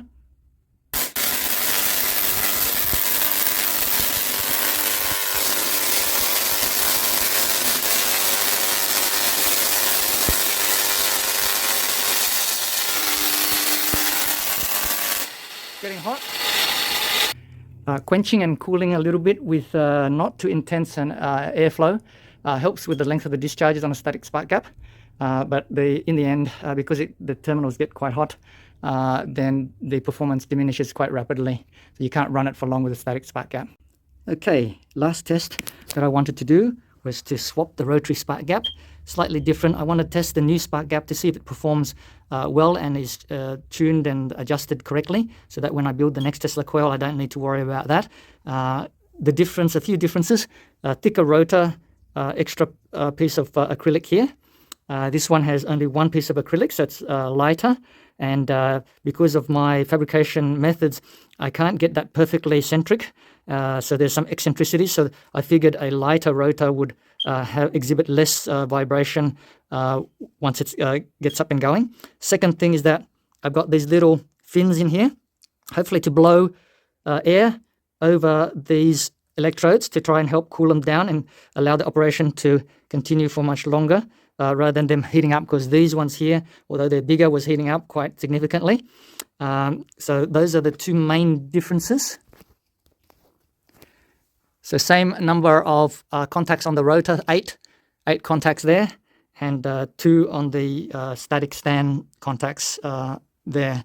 Now, the advantage of the rotary spark gap, as you probably already realize, is you can control the brakes per second, but also the cooling of the electrodes, as I mentioned. These ones on the rotor are constantly moving and hurtling through space, cooling themselves, and these ones the static ones need a little bit of help, henceforth this new design for the next Tesla coil.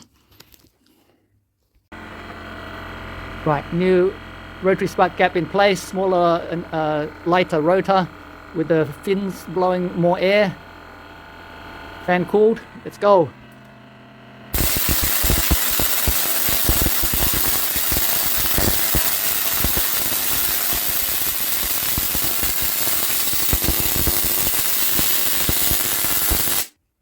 Worked extremely well there for a while, and then suddenly not so good anymore. I did a few more tests, still very short discharges. These electrodes, notwithstanding the cooling, a little bit hot but not exceedingly hot. Uncertain as to why the performance has diminished. I was looking around for what was the burning smell I could smell. The polypropylene sheet is stained with these charred remains of plastic or something. And in here you can see the secondary coil, the lower end of it. Something's going on in there. I think there's discharges from there to the primary or something, and causing that. We'll have to take that off and investigate. You saw just then that it performed better than it ever has, but inside the secondary coil, the tube, there's this residual very fine black powdery stuff. Something was burning in there. Let's have a look at the coil itself, the secondary. That's a better image of it with some lighting. Don't know what was burning in there and creating that really fine dust. So here inside the secondary coil, strangely the dust covers the entire length of it, as if the PVC piping is reacting to the high voltage or something. All the way to the top, fine powdery residue. Taking off the top load, and it's this fine powdery stuff. The enameled copper wire is intact, but this is just collecting all over it. If any of you have experienced a similar thing, please make a note in the comments. I'm not sure what it is. There is a little bit of moisture here, and I'm not sure. There's moisture inside what appears to be moisture inside the secondary coil itself.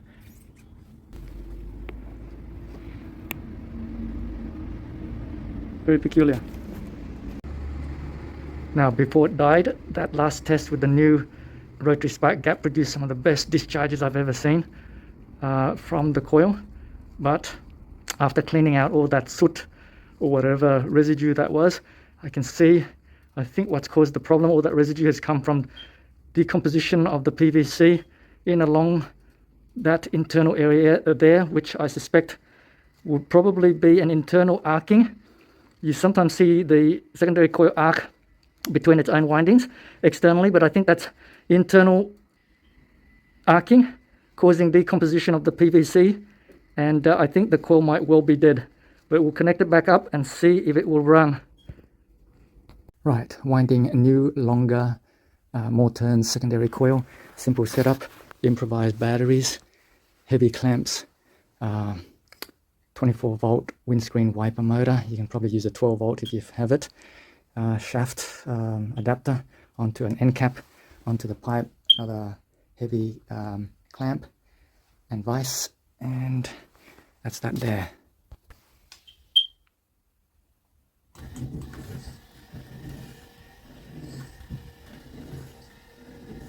One-handed winding.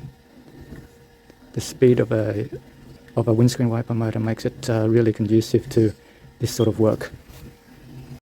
A little over an hour and we're done with 80 centimeter long coil. Compare that with the previous coil, which was only 53 odd centimeters, and what we see here is probably where the arc struck the secondary coil, and internally from that point, that's where that defect, that gouge in the PVC runs down to the bottom. So something's happening in there. Awesome.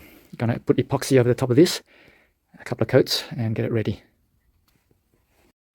Okay, very quickly, the new secondary coil having its 4th coat of epoxy. Now previously, some authors, well, at least one author suggested putting it on polyurethane. Polyurethane film thickness is quite thin, and with even 3 coats, it doesn't protect the coil very well. Epoxy resin is what I've got on there. This is the 4th coat, and I'm going to do 6 coats, make it a nice and thick dielectric, and try and protect the coil from strikes, and also arcing between its own windings. As you can see, beautiful coil, only a fellow coiler probably can appreciate.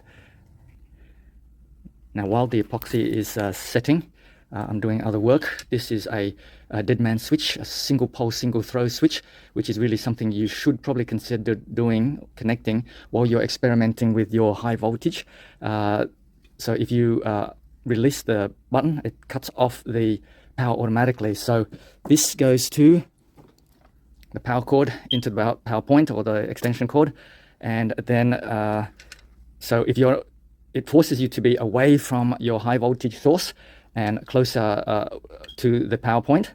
And so whenever you are testing, you activate, and the moment you let it go to approach the transformers and the Tesla coil, then the power is automatically cut off.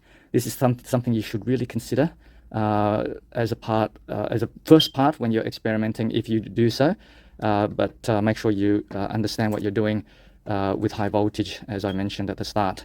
Okay, so the high voltage goes in here. I've got a small transformer to give the rotary spark gap motor speed controller some power, and the power to the motor, and also then switch on the power to the microwave transformers at the same time. Nice and neat little control box.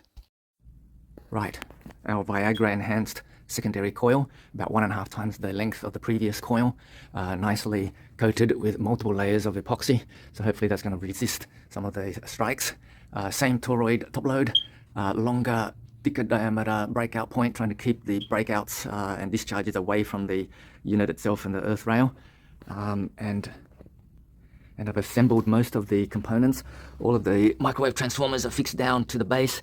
The rotary spark gap, previously we were trialing the new spark gap, which worked very well. Back to the original spark gap, added some of these disc fins to cool the stationary electrodes on the spark gap. Capacitor banks have been mounted onto the base, and the current limiting microwave transformer inductor is also mounted down. Most of the wiring's been neatened up. The battery that's running the rotary spark gap is now no longer there. It's wired as a part of the safety dead man switch, and the power supply to that motor is with it. Nice and neat little unit on the ground over here. Okay. The wiring around the high frequency circuit between the capacitor, spark gap, and the primary coil is enhanced with multi-core or larger diameter wire to try and handle the high frequency skin effect. Hopefully that will improve things. Everything's connected properly with connectors and screwed down, and not just with alligator clips. Now, I have not tuned this. I haven't operated at all. We're about to see that very soon. I haven't tuned it. I haven't moved the tap yet. I just want to see how it performs prior to moving the tap. Let's see how we go.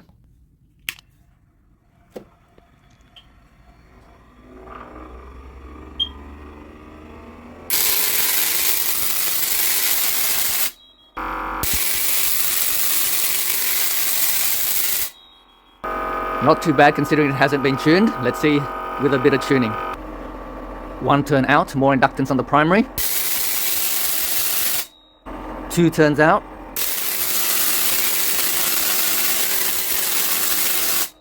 That's starting to get wicked.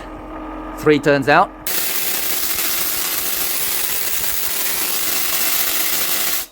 Not as good as the 2 turns out. Let's go back to 2 turns out.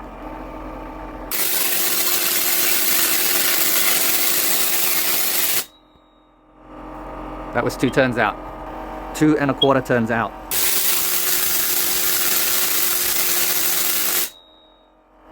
Not bad there, striking the ceiling.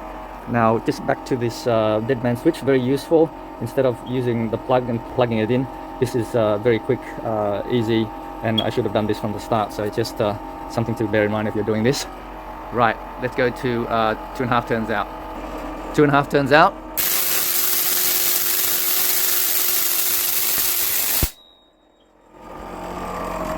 Something's capacitors or something are dying.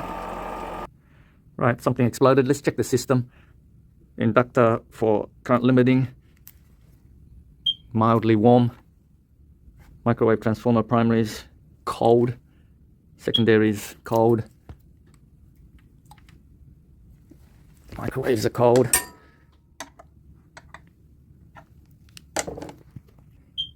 Stationary contacts are cold. Nice heatsink working, I think. Capacitors all look in order. Not really sure what's happened there. Might have to watch the footage again and see what's happened. Looked like something was coming from this area here. This capacitor bank also looks intact. None of them seems to have blown. Not sure where those arcs were coming from. Thank goodness, not a capacitor issue, nothing big. The connector, the tap connector, was arcing to the second, to the adjacent turn, and so I've just put that in a different position. Can you see that dark area on the copper? So let's try that again. Primary tap, 2.5 turns out.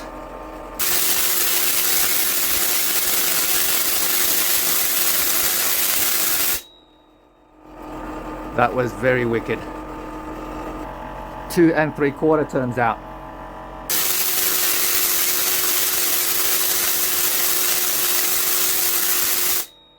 Was better at 2.5 turns out. Let's go back to 2.5 turns out. Back to 2.5 turns out.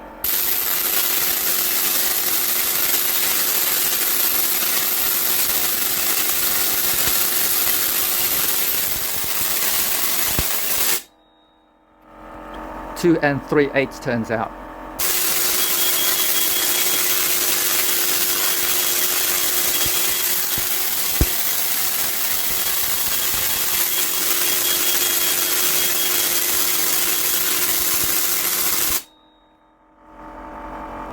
Strength of the arcs are diminishing. Suspect the electrodes, the contacts may be getting warm. Everything is actually cool. Stationary electrodes are very cool. These are working very well. Capacitors are cool. Microwave transformers are cool. Everything's fine. Let's go back to 2.5 turns. Back to 2.5 turns.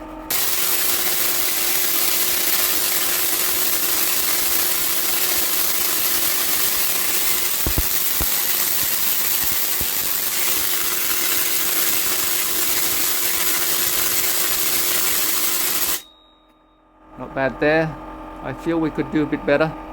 2 3/8 turns, testing again.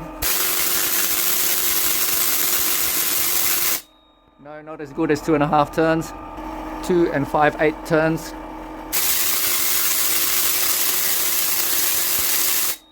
Not as good as 2.5 turns. Back to 2.5 turns.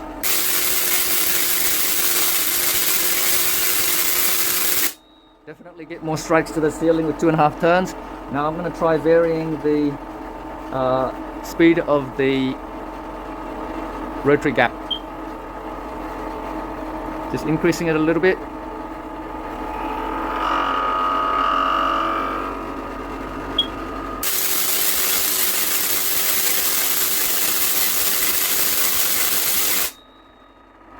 And slow it down a bit.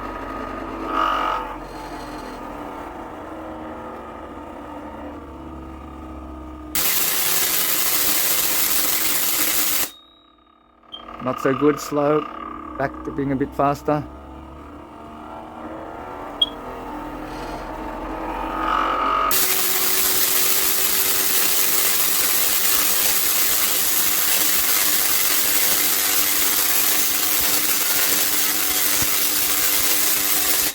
That's pretty good there. Let's get it a little bit faster.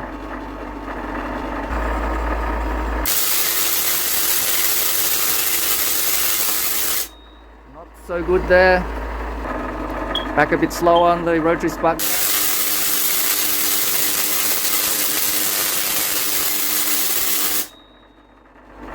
too bad there. Slowing it a bit more.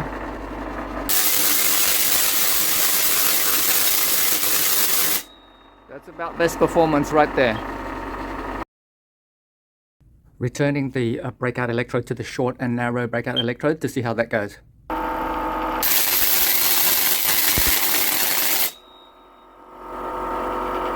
Racing arcs on the primary, on the secondary, down low. Checking for damage to the secondary. Does not appear to be anything significant, which is good. I think I'm going to return to the long electrode. If you wind that back, you'll see there were racing arcs down low here and possibly arcing between the secondary and primary. I've replaced the long breakout electrode. Let's see how that goes.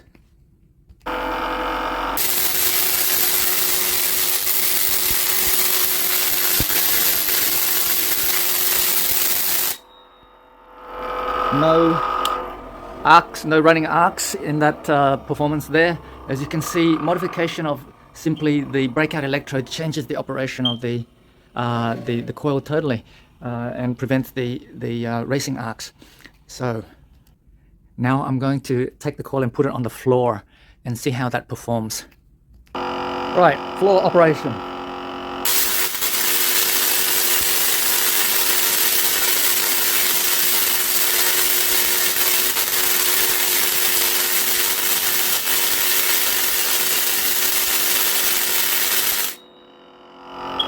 I saw an arc down low between the primary and secondary, I believe.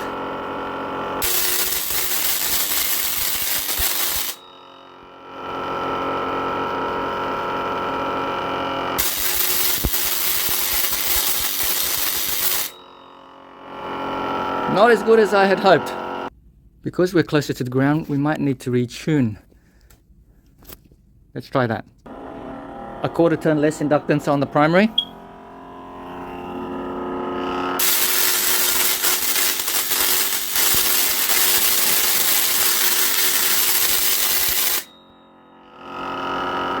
Quarter turn less again.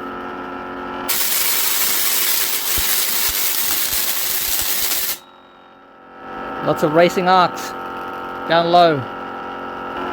Increase primary tap now again to increase inductance to 3 turns from the reference at the start of these tests, the very start.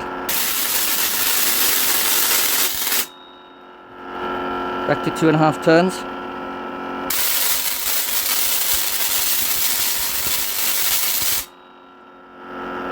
Not so good. It just so happens that my larger top load toroid has arrived today, and I'm going to test that to see if it improves the discharges.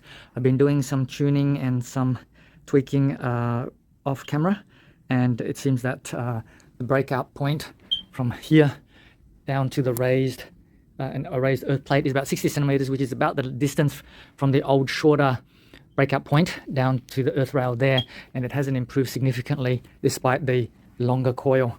Let's see if this toroid helps in any way.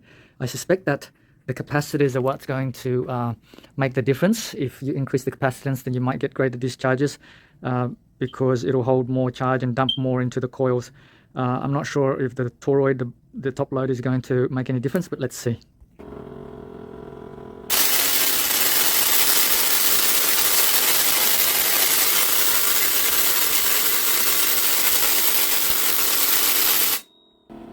I think I have to retune.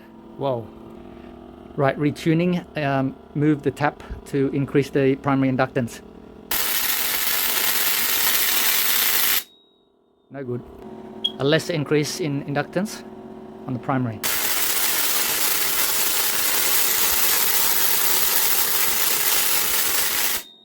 A couple of strikes to the earth plate there.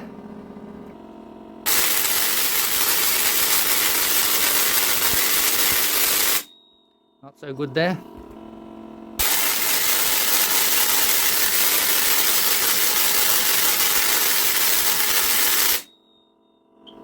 So.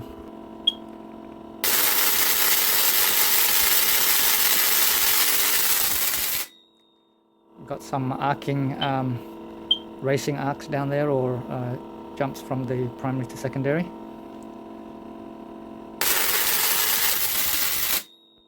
That's no good.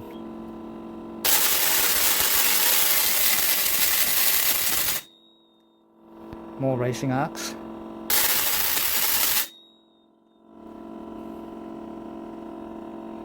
That's never a good sign. Change the breakout point to a short breakout point again with a center breakout point on the top load.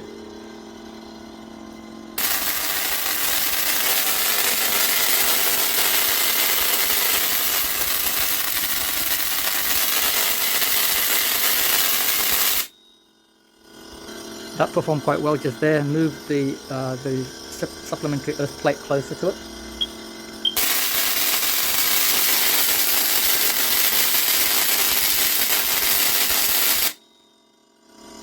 Don't strike the earth rail, but it's still a fair way away. It's about 80 centimeters instead of 60. I think these discharges are about as long and as big as we can get them with the capacitance that we have, and have to just be satisfied with that.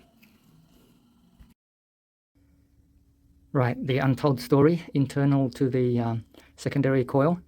There's arcing from near the top of the coil all the way down to the very base of the coil. And that long term is not going to be a good thing. Externally, all the racing arcs have not done any damage to the coil at all due to the epoxy. Right, I've done some off-camera tweaks and a few adjustments of a few things. Added a safety spark gap for the capacitor bank, and back to the short discharge electrode, the breakout point. Now everything's assembled. Let's take it for a long run.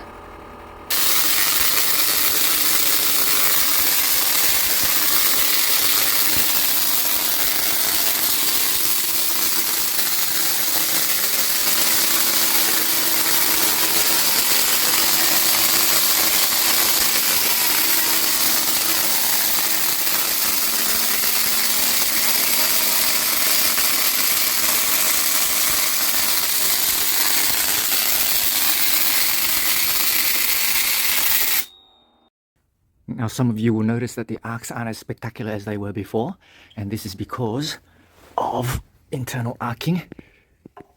We're losing some of the energy in through there. Internal arcing and damage internally in the coil. Having the new coil that was wound for the new Tesla coil was too tempting, so I've replaced the damaged one and replaced it with this new one, the one that was damaged on the inside. And also I received that new toroid, much larger, 40 centimeter diameter instead of 30, and much thicker, and so we've rigged that up. Now I've also, the new coil is a little bit longer, so it extends a little bit further down, a little bit more coupled with the primary. And the other new thing is that I've terminated the upper coil winding externally and joining it to this flexible section of wire to join to a little screw point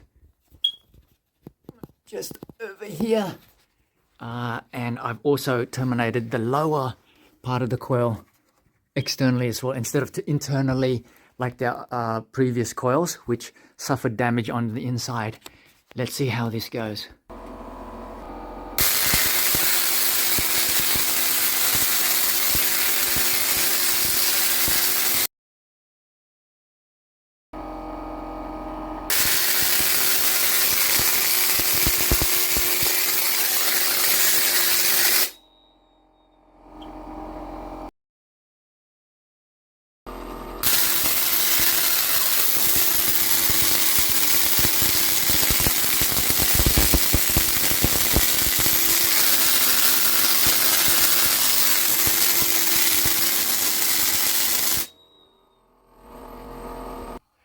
Right, reasonably good performance there. A lot of racing arcs from the very bottom of the coil right down here upwards. Now that coil is not specifically designed, that secondary coil is not designed for this particular Tesla coil. It was designed for the new Tesla coil, which the unit is being built here. let's just quickly review all the coils. Now, the original coil that went on this was this one here. Suffered internal arcing and external arcing damage, and the burning on the inside with the arcing. And then subsequently, I wound another coil for it, and it was this one here, and that went reasonably well, but again suffered internal arcing. You can see that there. Due to my terminations, these wires were left earlier much longer than this and had coils inside, and that was arcing from the wire itself internally down there, and then internal arcing. So subsequently, I built this coil that we were using it until I was winding this one. Now this one is the best of them all. This one has 3 layers of internal epoxy resin on the PVC before I even wound the wire on it, and then during winding the wire, I added epoxy as I was winding, and then allowed that to set as one coat, and then put 3 additional coats on the top. So internally and externally covered by epoxy. So hopefully it won't suffer any of these issues with the internal arcing. And this coil here was, as I explained prior, externally terminated at the top and also externally terminated at the bottom there, instead of internally terminated, so that I can see if there's any arcing from the wires. So it's the same with this latest coil that's specifically designed for that unit. This one here, the coupling is too great, and so we're getting the arcing from the bottom of the coil upwards. Hopefully the correctly sized and positioned coil, being this one, will perform even better. Now I've taken the coil off, which is here, and despite the external racing arcs from the bottom, there's no internal damage at this point, as you can see, all the way to the top. And despite the arcing, the epoxy is protecting the coil very nicely, and there's no external damage to the coil either. So epoxy is a very good way to protect your secondary coils. Okay, so now we've fitted the coil that was designed for this with the double epoxy 3 layers on the inside, 3 on the outside, and 1 with the winding itself. The coupling doesn't extend all the way down here, so hopefully there will be no racing arcs. It's a little bit shorter, a secondary coil, and so it's a little bit further away from the light up top there and closer to the lower extension of the earth rail there. Let's see how that goes.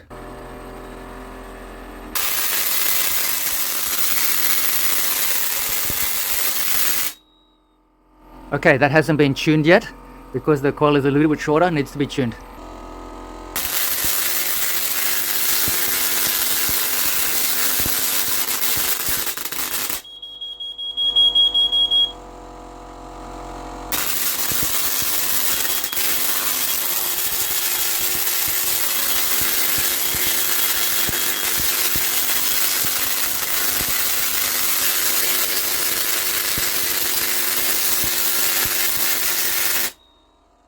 That's with a bit of tuning. Might get a little bit better still with a bit more refinement on the tuning.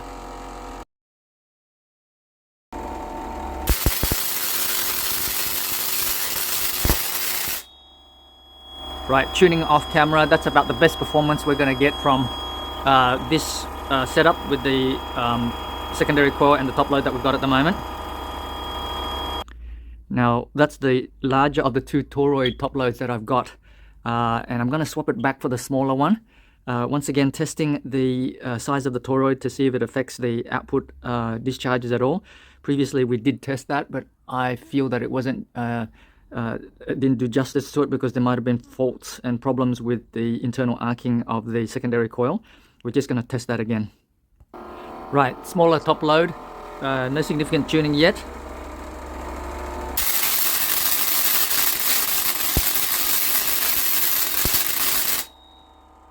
Strangely, despite a smaller top load and being further away from the light, a couple of strikes to the actual light batten itself, so longer discharges, but not as thick discharges, lots of fine discharges, but longer discharges.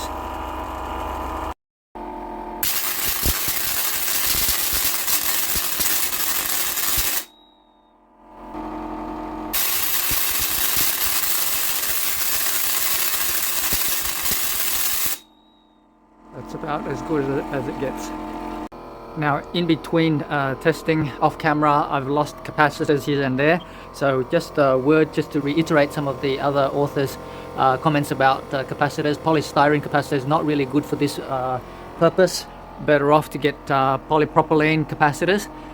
Even though the way this is set up, we've got a 60 kV rating on the capacitors, but they don't really stack up, they don't really last, and well, periodically we're losing them.